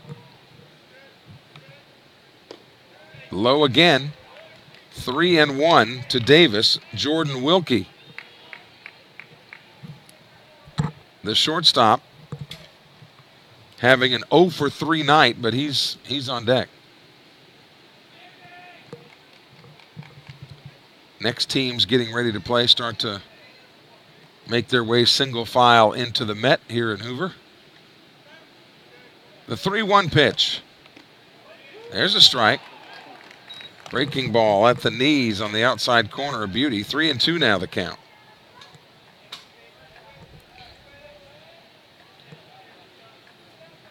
Cartersville tends to score runs in bunches, and that's what they've done today in the second, third, and here in the 6th. The swung on. This is a little foul. Again, if I had my butterfly net, I might have been able to get that one.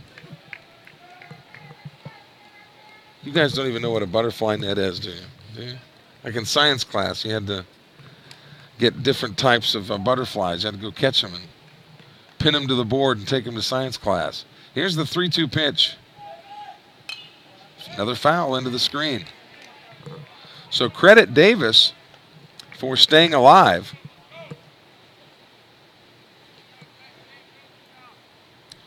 Just now an hour and a half into this game, but here we are at the top of the 6th. So it's gone along at a pretty good clip. Payoff pitch again. Breaking ball, swung on, a little soft roller up the middle. Morgan's got it, throws on to first to record the out, but Adams advances to third. So they do get him out.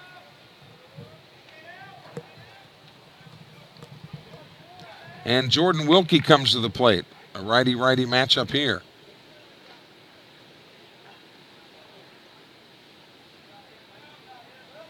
Bobcats will play another game later on tonight, most likely, but we don't know exactly what time. You can follow at Sumrall Athletics on social media.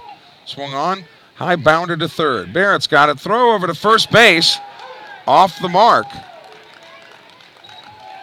The ball and the runner, Wilkie got there at about the same time, and the ball popped out of the mid of Mason Story. So Adams comes home to score. It is now 7-0.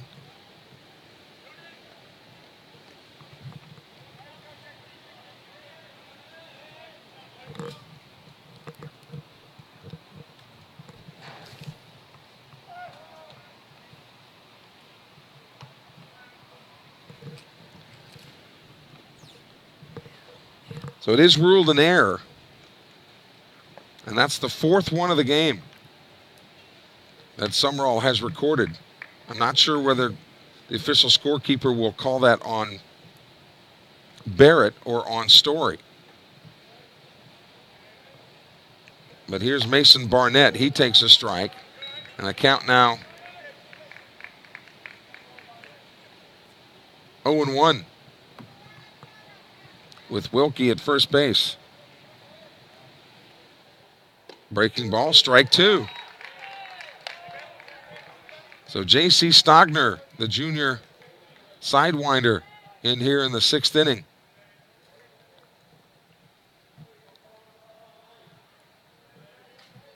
The 0-2 pitch. Another one, right, and he never swung the bat. Barnett down on strikes.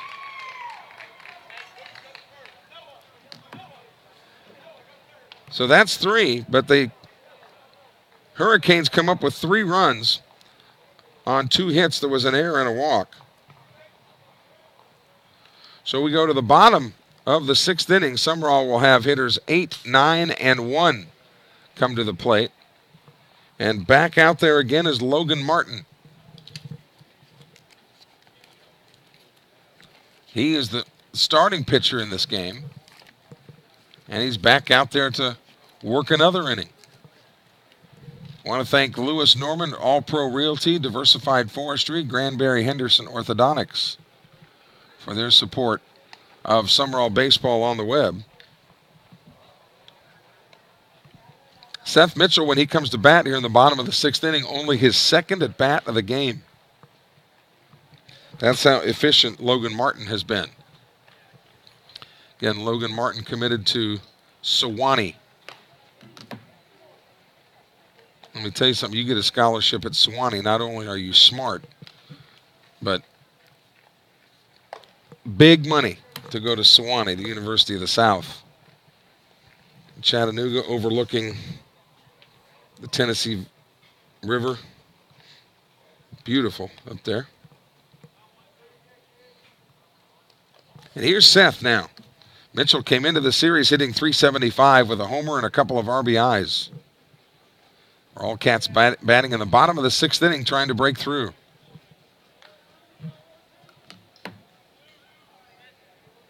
The winner of this pod, which if this score holds, Cartersville would be the winner of the pod, would go into the championship side of pool play. Swung on. This is a drive to right field. That ball is down, and it's into the corner. Seth Mitchell rounding first on his way to second. He will pull up there with a leadoff double here in the sixth inning.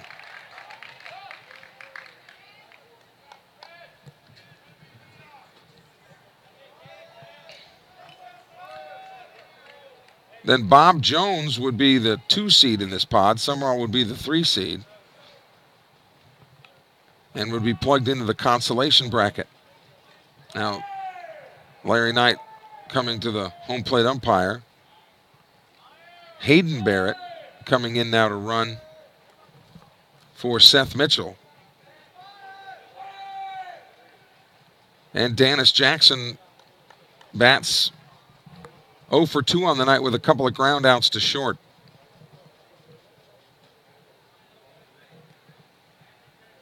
Sumrall batting in the sixth, trailing 7-0.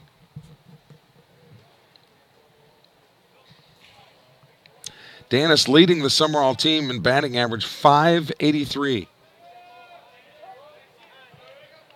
Coming into the series.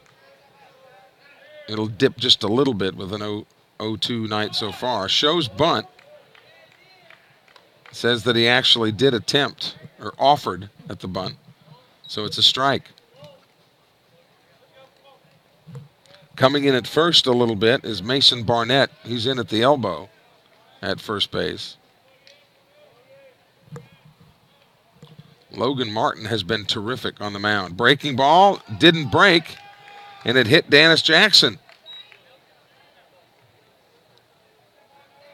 So Sumrall has a little something cooking here with runners on first and second and nobody out. Logan Martin might be starting to labor a little bit. It is the sixth inning, and it's still pretty early in the year. But you would think that if they get into any type of trouble, they would go to the bullpen. So here's Zane. He's 1 for 2 with a single and a strikeout.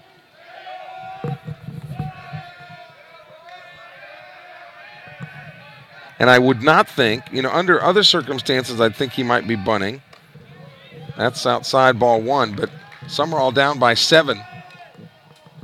Really can't afford to give the out. And Zane certainly didn't show bunt there. Came into the series hitting .278 with no homers and a couple of RBIs. The 1-0 pitch. Outside, 2-0. You got to like the way that this half inning is shaping up so far. Barry now has worked himself into a fastball count at 2-0. We say fastball count because, again, statistically at 2-0, pitcher's probably going to bring a fastball because he doesn't want to fall behind 3-0. And the hitter, knowing that, can focus a little bit better on the fastball and try to drive it. So let's see what Logan Martin does here. Behind 2-0. There's the fastball, and it's there for a strike.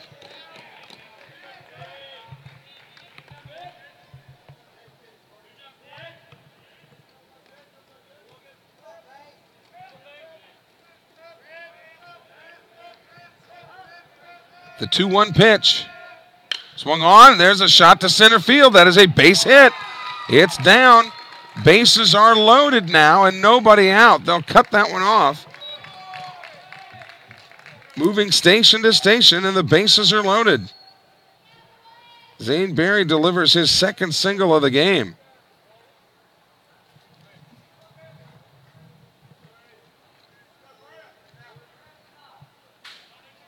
But no movement yet by the bullpen of the Hurricanes, but now time is called. And Graham Crawford coming up there, hitting left-handed, which is his preferred side, against a right-handed pitcher.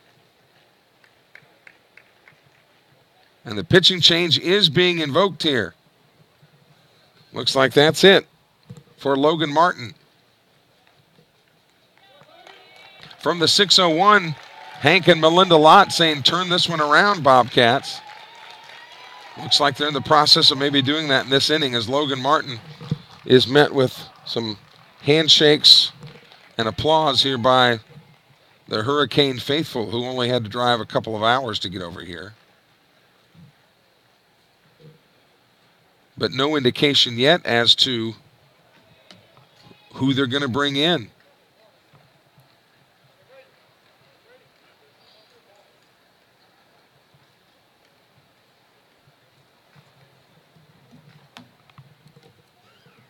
But working the defense around.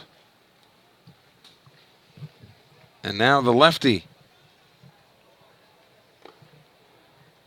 Bringing the lefty in, forcing Crawford to hit from the right side.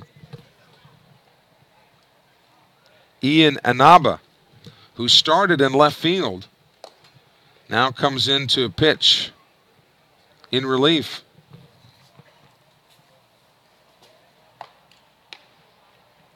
The runners on base, which are Mitchell at third, Jackson at second, and Barry at first. There's speed aplenty there for Sumrall, but those runners are all the responsibility of Logan Martin. So Anaba will come in with a full plate.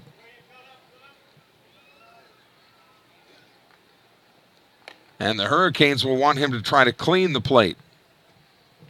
7-0. But Sumrall with a chance to crack through here with more than just one.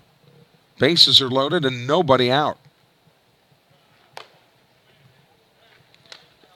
And Anaba will have to pitch to the teeth of the Sumrall order. Crawford, Garrity, and Williams. Good strategic move to bring in a lefty, so the Crawford will have to hit right-handed. He's certainly capable, but prefers hitting from the left side.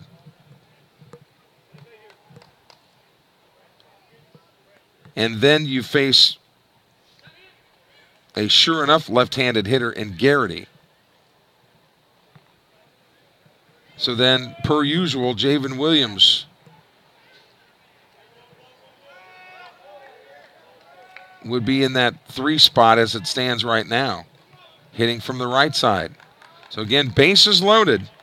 Here's Crawford. He has grounded to the pitcher and flown to left. He's 0 for 2. Sumrall trying to get the goose egg off the board. The Hurricanes send more help to the bullpen. First pitch is low, ball 1. And Crawford doesn't need to be in any hurry here because there's no place to put him. So unless it's one that he can absolutely smoke, he may want to lay off of it. And we'll see how the Bobcats play it here. The 1-0 pitch from Inaba. There's a strike. Fastball on the corner. So now he'll probably get to work. Appreciate all of you checking in on our Sumrall roll call, watching and listening on the web throughout the day. Time is called now at the plate. Sumrall and Poplarville start district play next week. The Hornets off to a good start. Their fine second baseman Blaze Breerwood just committed to Nicholls State. That pitch is outside, 2-1 now. If nothing else, the Bobcats just want to chip away. Trailing 7-0, batting here in the bottom of the 6th. The 2-1 pitch. Swung on. Here's a high fly ball to right field. Out there in right is Adams. He drops the ball. That'll be an E9. He never touched it. It'll be ruled a hit then.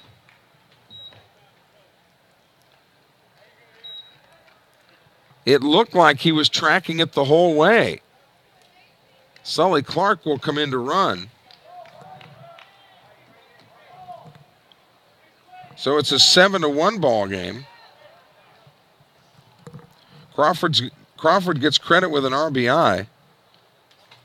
And everybody else moves up station to station. So bases are loaded again, and here's Garrity. He's 0 for 2, a ground out to second and a fly to right. But boy, what a time to find a hole here with the bases loaded. Outside, ball 1. Garrity came in hitting .353 with a couple of homers and 8 runs batted in.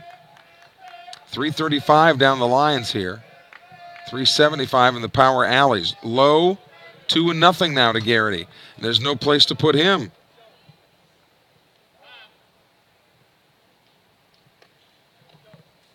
Now you've got Jackson at third, Barry at second, and Sully Clark running for Graham Crawford at first.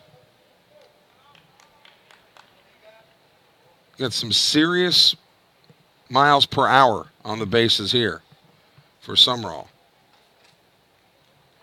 There's a delay now, and actually I don't know what we're waiting for here.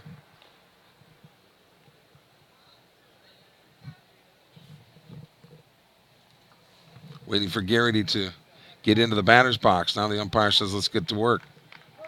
2-0 the count to Billy Garrity. Bases jammed here in the 6th. The 2-0 pitch. Swung on, fouled into the screen. Got the pitch he wanted, just couldn't barrel it up. Javen Williams on deck. Boy, if this situation, if Javen could find that gap like he did last night, wouldn't that be something?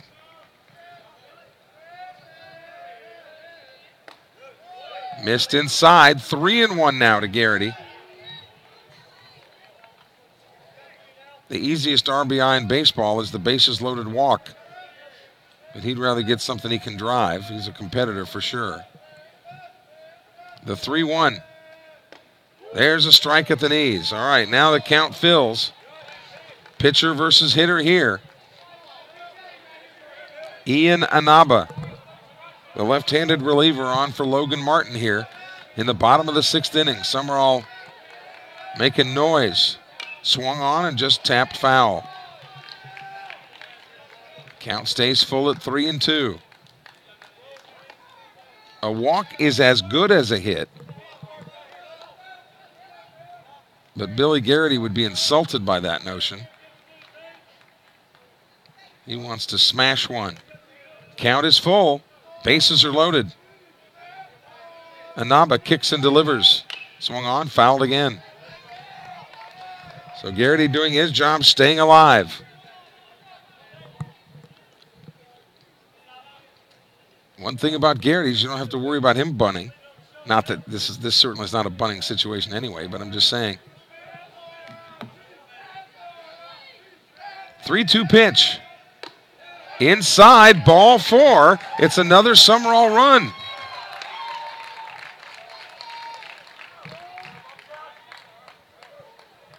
Garrity with another walk. He gets an RBI, and that moves Zane Berry to third, Sully Clark to second, Garrity at first, and Javen Williams the hitter. It's 7-2. Bases are loaded, and there's nobody out.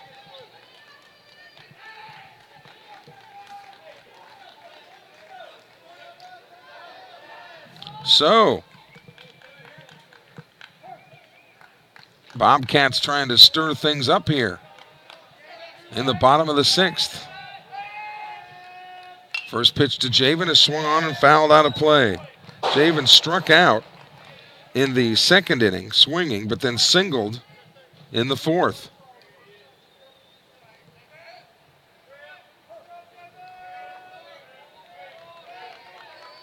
Anaba now backs off of the pitching plate.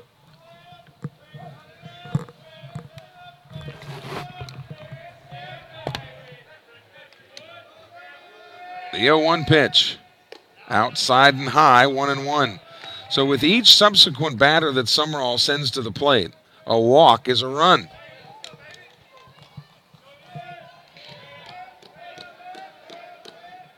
One and one the count to Javen Williams with Hunter Barrett on deck. Breaking ball missed.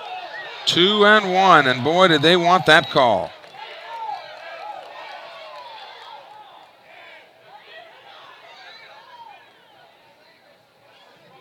But Javen Williams is a pretty good hitter. If the pitch is there, he'll drive it. 2-1 the count. With the bases full of Bobcats. There's a strike. Dissected the middle part of the plate with a fastball now, 2-2. The last thing the Bobcats want is a line drive or a sharply hit ground ball at one of the infielders, because the double play would be in effect here. 2-2 pitch, breaking ball swung on. There's a grounder to short. Flips to second for one, over to first. Double play. Run scores.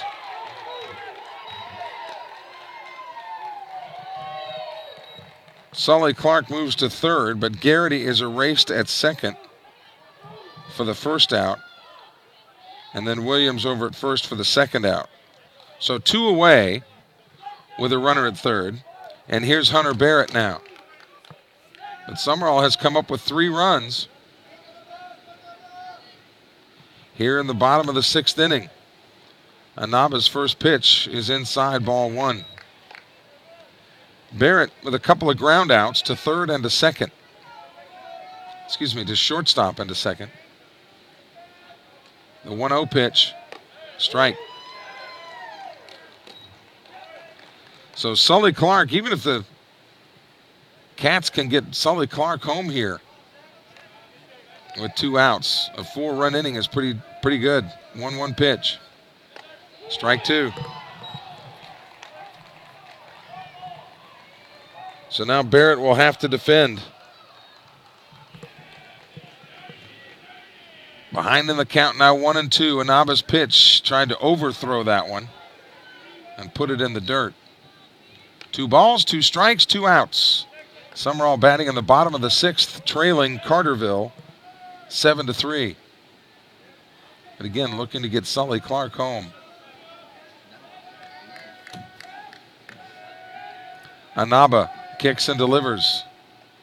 Breaking ball. Outside. Count goes full at 3-2. Tanner Morgan is on deck. Tanner looking for his first hit of the day. The 3-2 pitch coming. Swung on, grounder to short. Right on the money. Jordan Wilkie has gobbled up everything hit his way over there at shortstop. Hunter Barrett is retired, and the Sumrall Bobcats go down, but do come up with 3 runs on 3 hits. 1 man left on base. So we've completed 6 here at the Met in Hoover. And it's the Cartersville Hurricanes 7. And the Bobcats 3.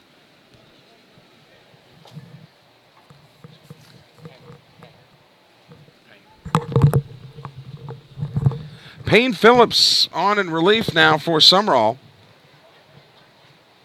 And he will face hitters 4, 5, and 6 in the top of the 7th inning.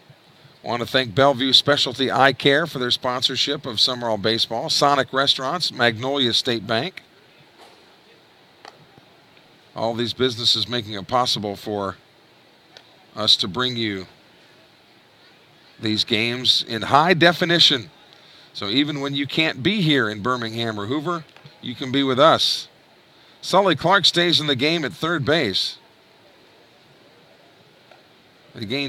Again, Payne Phillips on in relief. He is the 4th pitcher used today by Sumrall. Halen Sanford started. Then Stone Robinson worked a couple hitters. J.C. Stogner was deployed. And now, Payne Phillips. Pitching here in the 7th.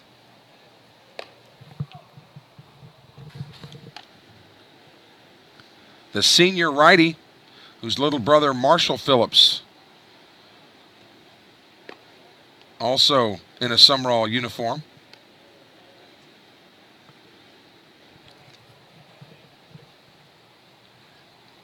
Brandt Smith, the scheduled first hitter, 0 for 3 with a pop-up and a couple of groundouts to shortstop and to third. So the Hurricanes looking to lock down the number 1 seed in their pod. Leading Sumrall 7-3 as they come to bat here in the top of the 7th.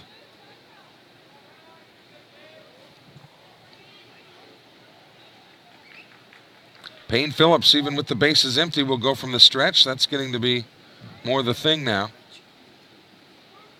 First pitch is inside, ball 1. Smith, the cleanup hitter, but the Bobcats have handcuffed him. He's done nothing against Sumrall today. Swung on, here's a slow grounder to short.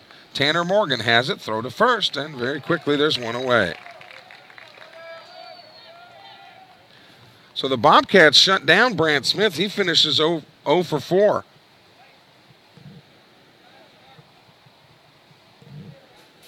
And here's Preston Whelchel. He's 0 for 3 with a couple of flyouts. He did reach on an error and scored once.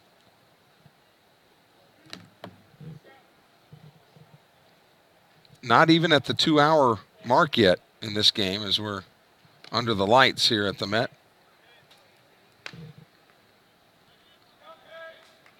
First pitch is low and away, ball 1.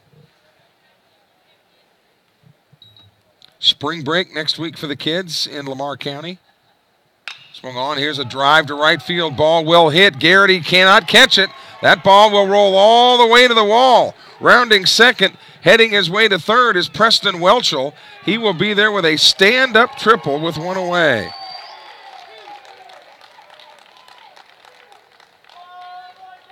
It was so interesting to see where that ball was hit. It was clearly over Garrity's head, but Dennis Jackson, from where he was in center, just said, "There's no way I can get that ball." So it was all up to Garrity, and he did a yeoman's job to get it back in.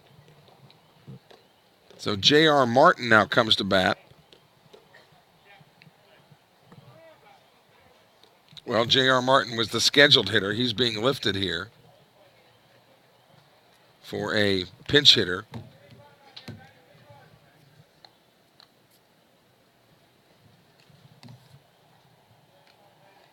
Jackson Norris.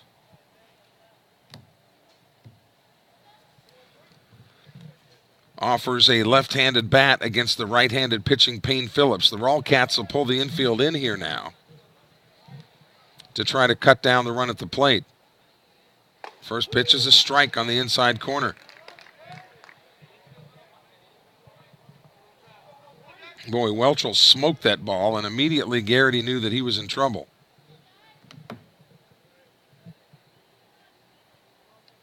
The 0-1 pitch. Trying to break her in, that missed low. 1-1 now. So with Payne Phillips now on the field, 7 out of the 9 guys on the field are seniors. Sully Clark, a junior, and at third, and Javen Williams in left. There's a golf shot foul down outside of first base. 1-2 the count to Jackson Norris. Thacker's on deck. He was the man that got things started last inning when he doubled down the line.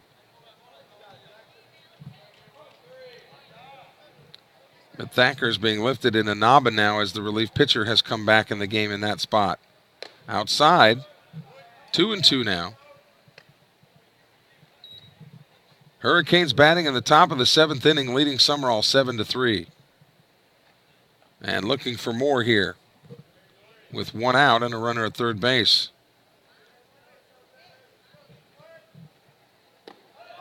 A half-hearted check swing. And down Norris goes. Payne Phillips with a strikeout. There's 2 away. And this will bring up Inaba. Inaba started in left field where he went 2 for 2 with a couple of singles. And then Thacker doubled. So the 7-hole today for Sumrall has not been good to the Bobcats. Inaba 2 for 2 officially, and that ball hit him.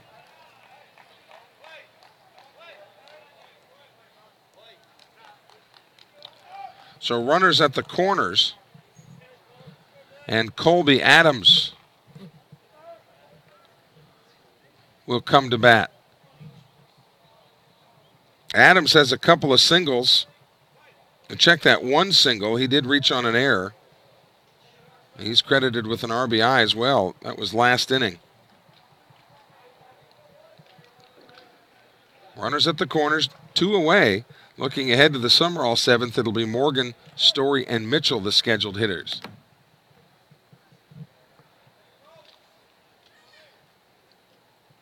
First pitch to Adams, swung on a little lazy fly ball to center. Look out, this could be trouble. Dennis Jackson dove and could not come up with it. The ball actually was kind of snow-coned out the end of his glove, and when he hit the ground, it jarred the ball loose. So Whelchel scores. He was moving on the play. Inaba moves to third. And Colby Adams is at first. I don't know how you can rule that an error, but I'm ruling it a hit. The gallant effort that Dennis made. Now faking the throw to third base. So 1 run is in, and Cohen Wilbanks, the designated hitter, he's 0 for 3. But he's up there with runners on the corners and 2 outs. That missed high. Ball 1.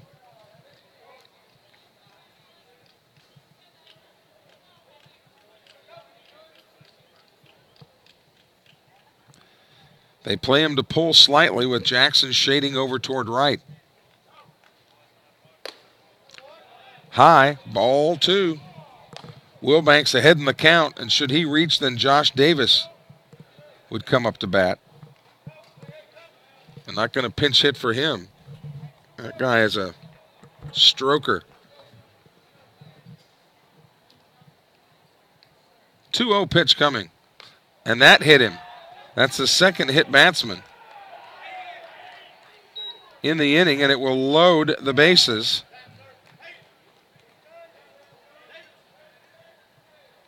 For a guy that has been really problematic for Sumrall, Josh Davis.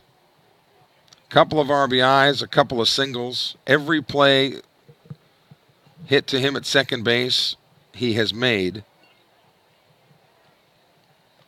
So I wouldn't invite him back. Here he is now in the top of the 7th inning with the bases loaded. Inaba at third, Adams at second, Will Banks at first. Payne Phillips, the 4th Sumrall pitcher here, being used. 8-3 ball game. But the Hurricanes looking for more with 2 outs.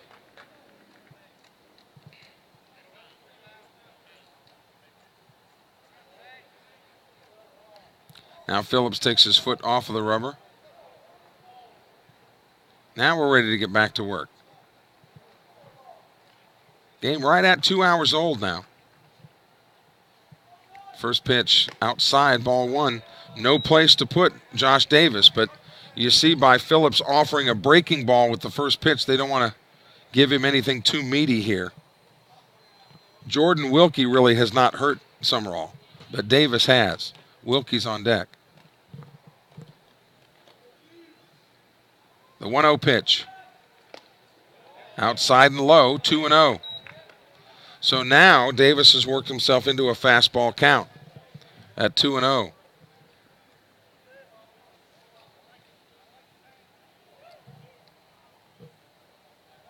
Phillips, the senior, comes set. The pitch. Inside corner strike. 2-1. He would have really had to rotate the hips there and pull that one down the line in order to make contact.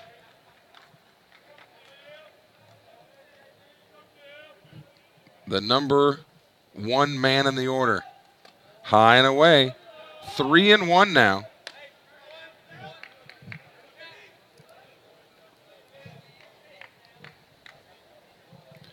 Cartersville, just north of Atlanta.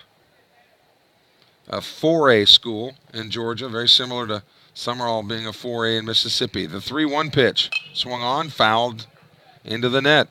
So now the carousel begins.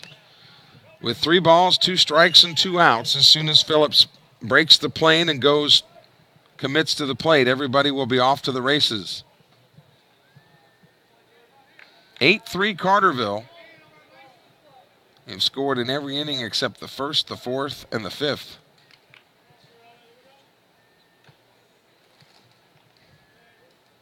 The 3-2 pitch from Payne Phillips. Swung on, popped it up. It'll get out of play. Right in the midst of the Cartersville fans. The Hurricanes colors purple and gray. I always get a kick out of teams that call themselves the Tigers and then their colors are like green and white, you know.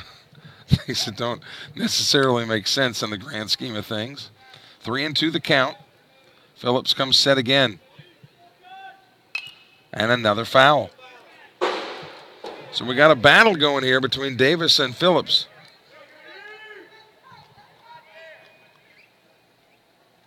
But the base is log jammed with Hurricanes. Cartersville looking to go 9-1 on the season. You win games at this tournament. Talk about strength of schedule. Here's the 3-2 again. Swung on. Here's a drive to right field. Billy Garrity's right there. He makes the catch, and that does it. So Payne Phillips wins that battle against Josh Davis, but the Hurricanes do come up with 1 run on just 1 hit. There were a couple of hit batsmen. Last chance, 7th, coming up for Sumrall. And they'll have hitters 7, 8, and 9 scheduled to face Ian Inaba, the left-handed reliever for Cartersville. And then once this game is completed, the pod that these 2 teams are in will have been decided. If Cartersville holds on here and wins, Cartersville will win the pod, and they'll go into the championship bracket. And Bob Jones and Sumrall would go into the consolation bracket. which should mean one more game.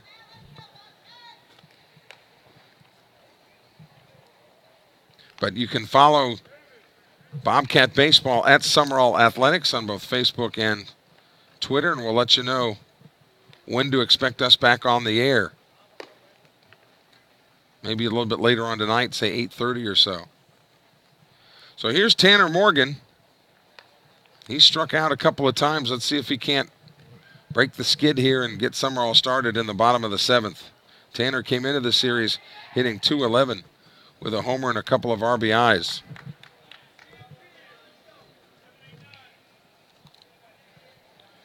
Inaba on in his second inning of work. Inaba started as the left fielder for Cartersville, was pulled, then sat one inning, and then came on in relief, and he blazes a fastball right across the outer part.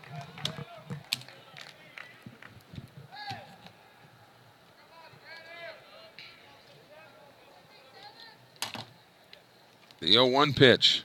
That's low. 1-1 to Tanner. Big Mason Story on deck for Sumrall. And then Seth Mitchell.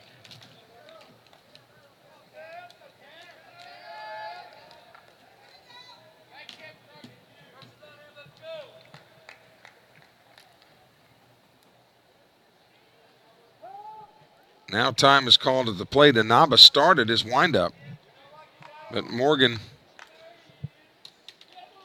saying he took too much time. Called time. The 1-1 pitch. Outside, 2-1.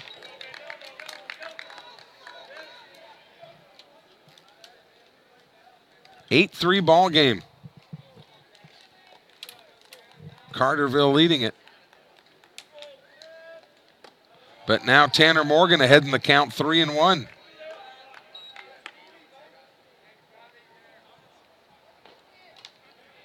Sumrall got 3 last inning with a couple of hits and a walk. Here's the 3-1. Ball 4 outside. Tanner Morgan is on here in the last chance 7th. And here's Mason Story, who's been hit by a pitch and grounded to third. Couple of right-handed sticks coming up for Sumrall against the lefty, Inaba.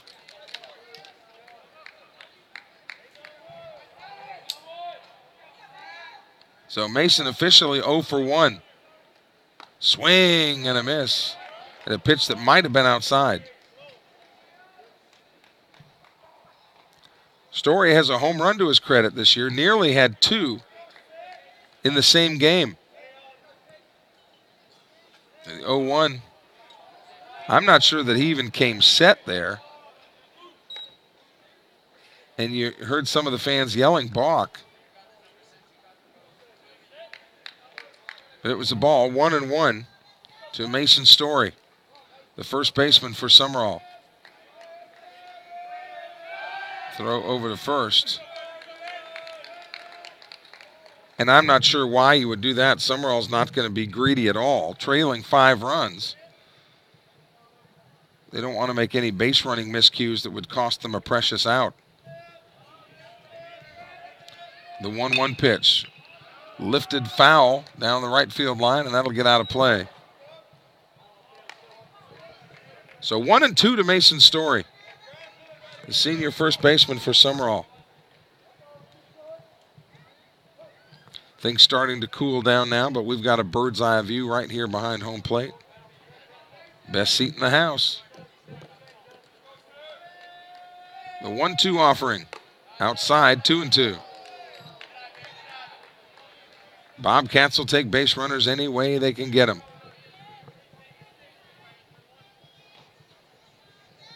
Trailing 8-3.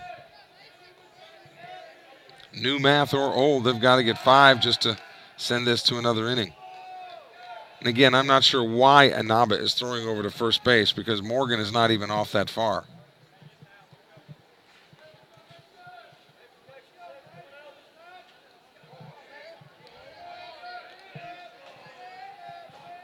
The 2-2 pitch. Swung on. Foul ball. Down the right field line and outside of your picture.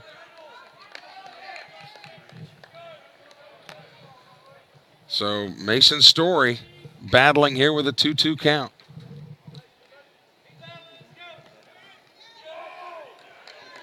Bobcats begin district play. We mentioned with Poplarville. Other teams in that district include Purvis, who actually won the league last year, Greene County, Lawrence County. That ball bounces up there and gets past the catcher, so Tanner Morgan plods down to second. And a big pitch coming up here for Inaba, because if he walks Story, the first 2 men will be on with no outs. And you've got Seth Mitchell up next, who has a double to his credit. So big pitch right here. Inaba to Story.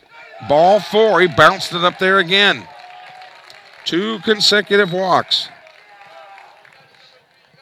Sumrall's in business here. Mitchell came into the series hitting .375.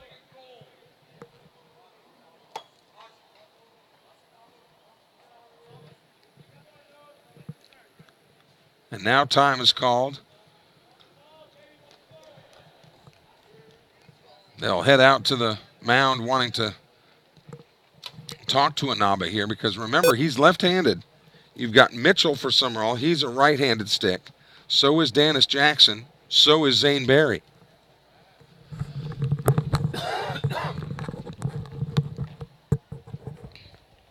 The only time that the matchup would favor Inaba would be not until he got to Graham Crawford, the switch-hitting catcher.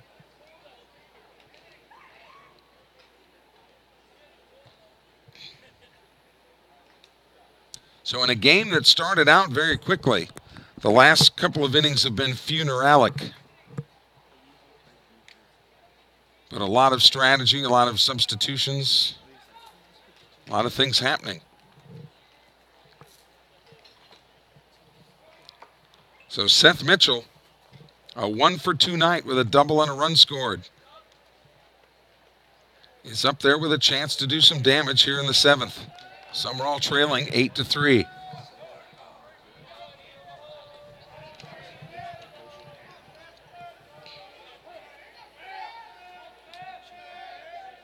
First pitch to him. Low and away. Ball 1.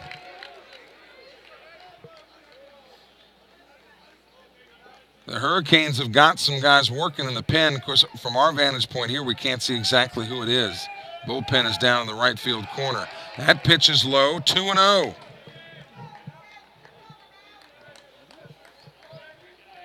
Can Seth Mitchell get something to drive here? The 2-0 pitch. Low again. 3-0. It's the last bat for either team. So Cartersville cannot respond if Sumrall comes through here. No doubt Mitchell will be on the take. Ball 4. It's a 4-pitch walk. 3 straight walks. And the bases are loaded. And the Bobcats have not even had to put the ball in play. And here's a call to the bullpen. That'll do it for Inaba.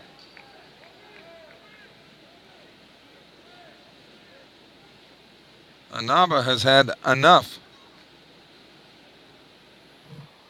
And with Jackson and Berry coming up, it makes sense that the Hurricanes will bring in a right-hander. Trotting in from the bullpen. So Inaba's day is done.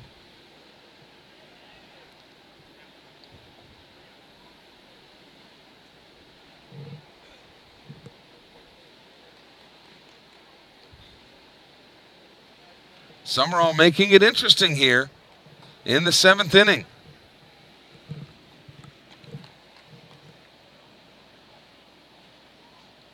A sidewinder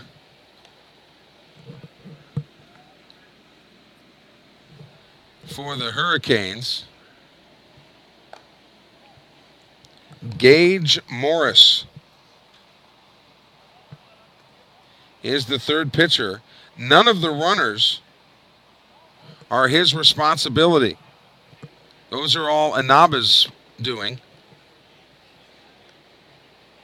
But Gage Morris will face righty, righty, lefty, lefty. And Sumrall's got the bases loaded. And I like the chances here. Would it be something for the Bobcats to pull this one out of the fire? And if they do that, then all three teams in the pod, Carterville, Bob Jones, and Sumrall, would all be 1-1. And then I'm sure there's some way that they would break that tie as to who would go into the championship bracket and who would go into the consolation.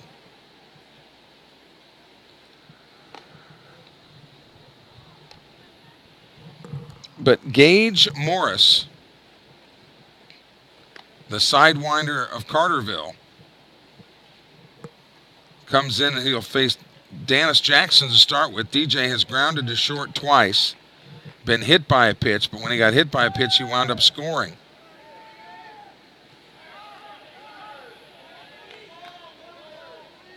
Carterville has plenty to spare pitching-wise because their ace pitched last night and shut out Bob Jones 2-0. But here's Dennis Jackson with the bases loaded. The Hurricanes 8-1 coming into this game. Sumrall 7-1. The first pitch from Morris is high, ball one.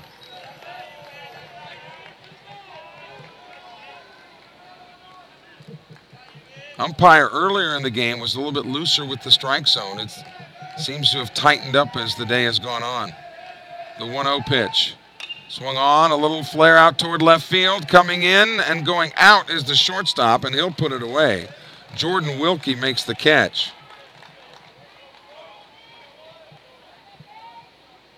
So 1 out, and here's Zane Berry. But Zane is 2 for 3. Couple of singles, a run scored. He is 2 for 3.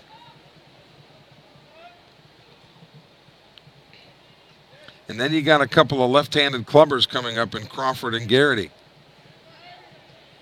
Berry would be very difficult to double up because of his foot speed. So it looks good that Sumrall will get at least one of the lefties up there against the righty Morris. The first pitch. Breaking ball and a beauty in there for a strike. Berry came into the series hitting .278. That'll creep upward with this effort today. The 0-1 pitch. Another breaking ball, but that one is high. A ball, a strike, and an out, and the base is full of Bobcats.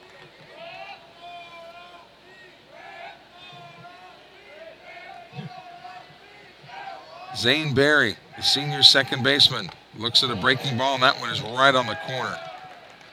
Tough pitch to hit.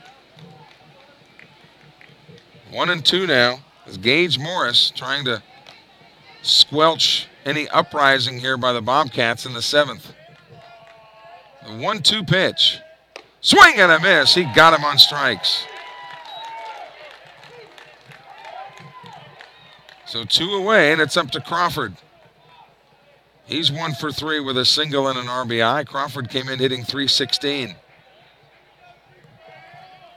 No homers and 7 runs batted in.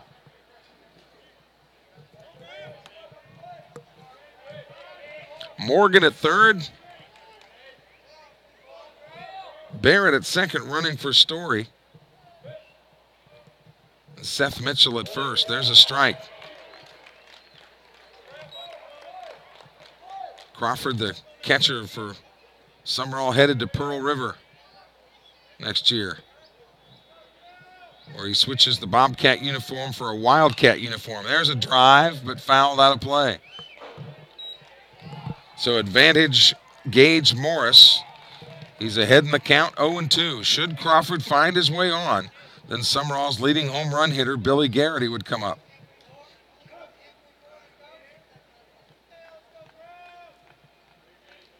The 0-2 pitch. Outside. 1-2. Halen Sanford would be tagged with this loss. And Logan Martin would get the win. The 1-2 pitch. Outside again. 2 balls, 2 strikes, 2 outs. Sumrall trailing 8-3, but the bases are juiced. Here in the bottom of the 7th. Can Crawford find a hole somewhere and keep this thing going? The pitch. Breaking ball out. 3-2.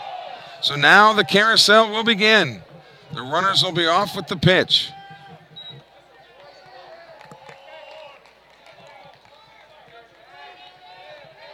They'll all take off, which will aid Crawford if he can hit it up the alley somewhere. The 3-2 pitch. Outside, ball 4. The run scores. It's an RBI for Crawford. But what this also does is put Garrity, their leading home run hitter, up there with a chance to tie this game with a long ball. It's 8-4 now. And Garrity certainly has the capability to put it deep. Ty Little coming on to run at first base for Crawford, the catcher. One swing of the bat, Billy Garrity could tie this game. 2 outs. The pitch from Morris. Missed low. Ball 1. Bobcats making it interesting here in the 7th.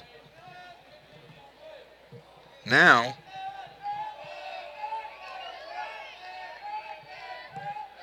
the 1-0 pitch coming to the plate.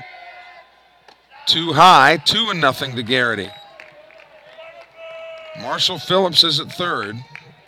Seth Mitchell is at second. Ty Little is at first. Time is called, and the catcher Martin wants to go out and talk to Gage Morris. Garrity is ahead in this count 2-0, which again statistically is a fastball count. Garrity knows it.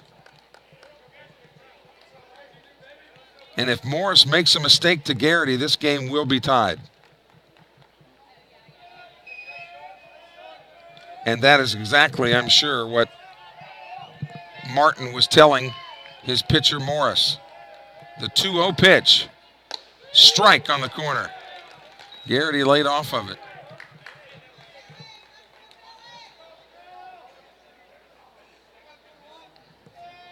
Billy Garrity, the Southern Miss commit, at the plate. The 2-1. Breaking ball, swing and a miss. Well, he was fooled on that one.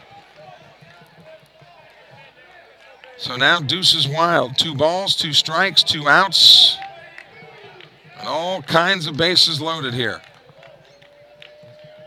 Garrity represents the tying run. Gage Morris, the third pitcher, used by Cartersville. Swung on. Here's a high drive to right field. Ball will stay in the ballpark, and in foul territory, making the catch is Colby Adams, and that will do it. Garrity scared the Cartersville group to death, but got under it just a little bit too much. And there's your ball game. Final score, the Cartersville Hurricanes 8, the Sumrall Bobcats 4. And with that, Cartersville will win the pod and go into the championship bracket. Bob Jones and Sumrall will drop into consolation play. And Sumrall will play tonight at 8:30, we believe. We think 8:30 would be their next scheduled game time. And battling these allergies, and if my voice holds up, we're going to be there for you. So follow the Bobcats on social media at Sumrall Athletics. Cartersville wins this one 8-4. Bobcats drop to 7-2. The Hurricanes improve to 9-1. Halen Sanford takes the loss. Logan Martin gets the win. For producer, director Jeremy Thompson, associate producer Parker Grillo, I'm Kelly Sander. Thanks for joining us. You have been watching Sumrall Bobcat Baseball.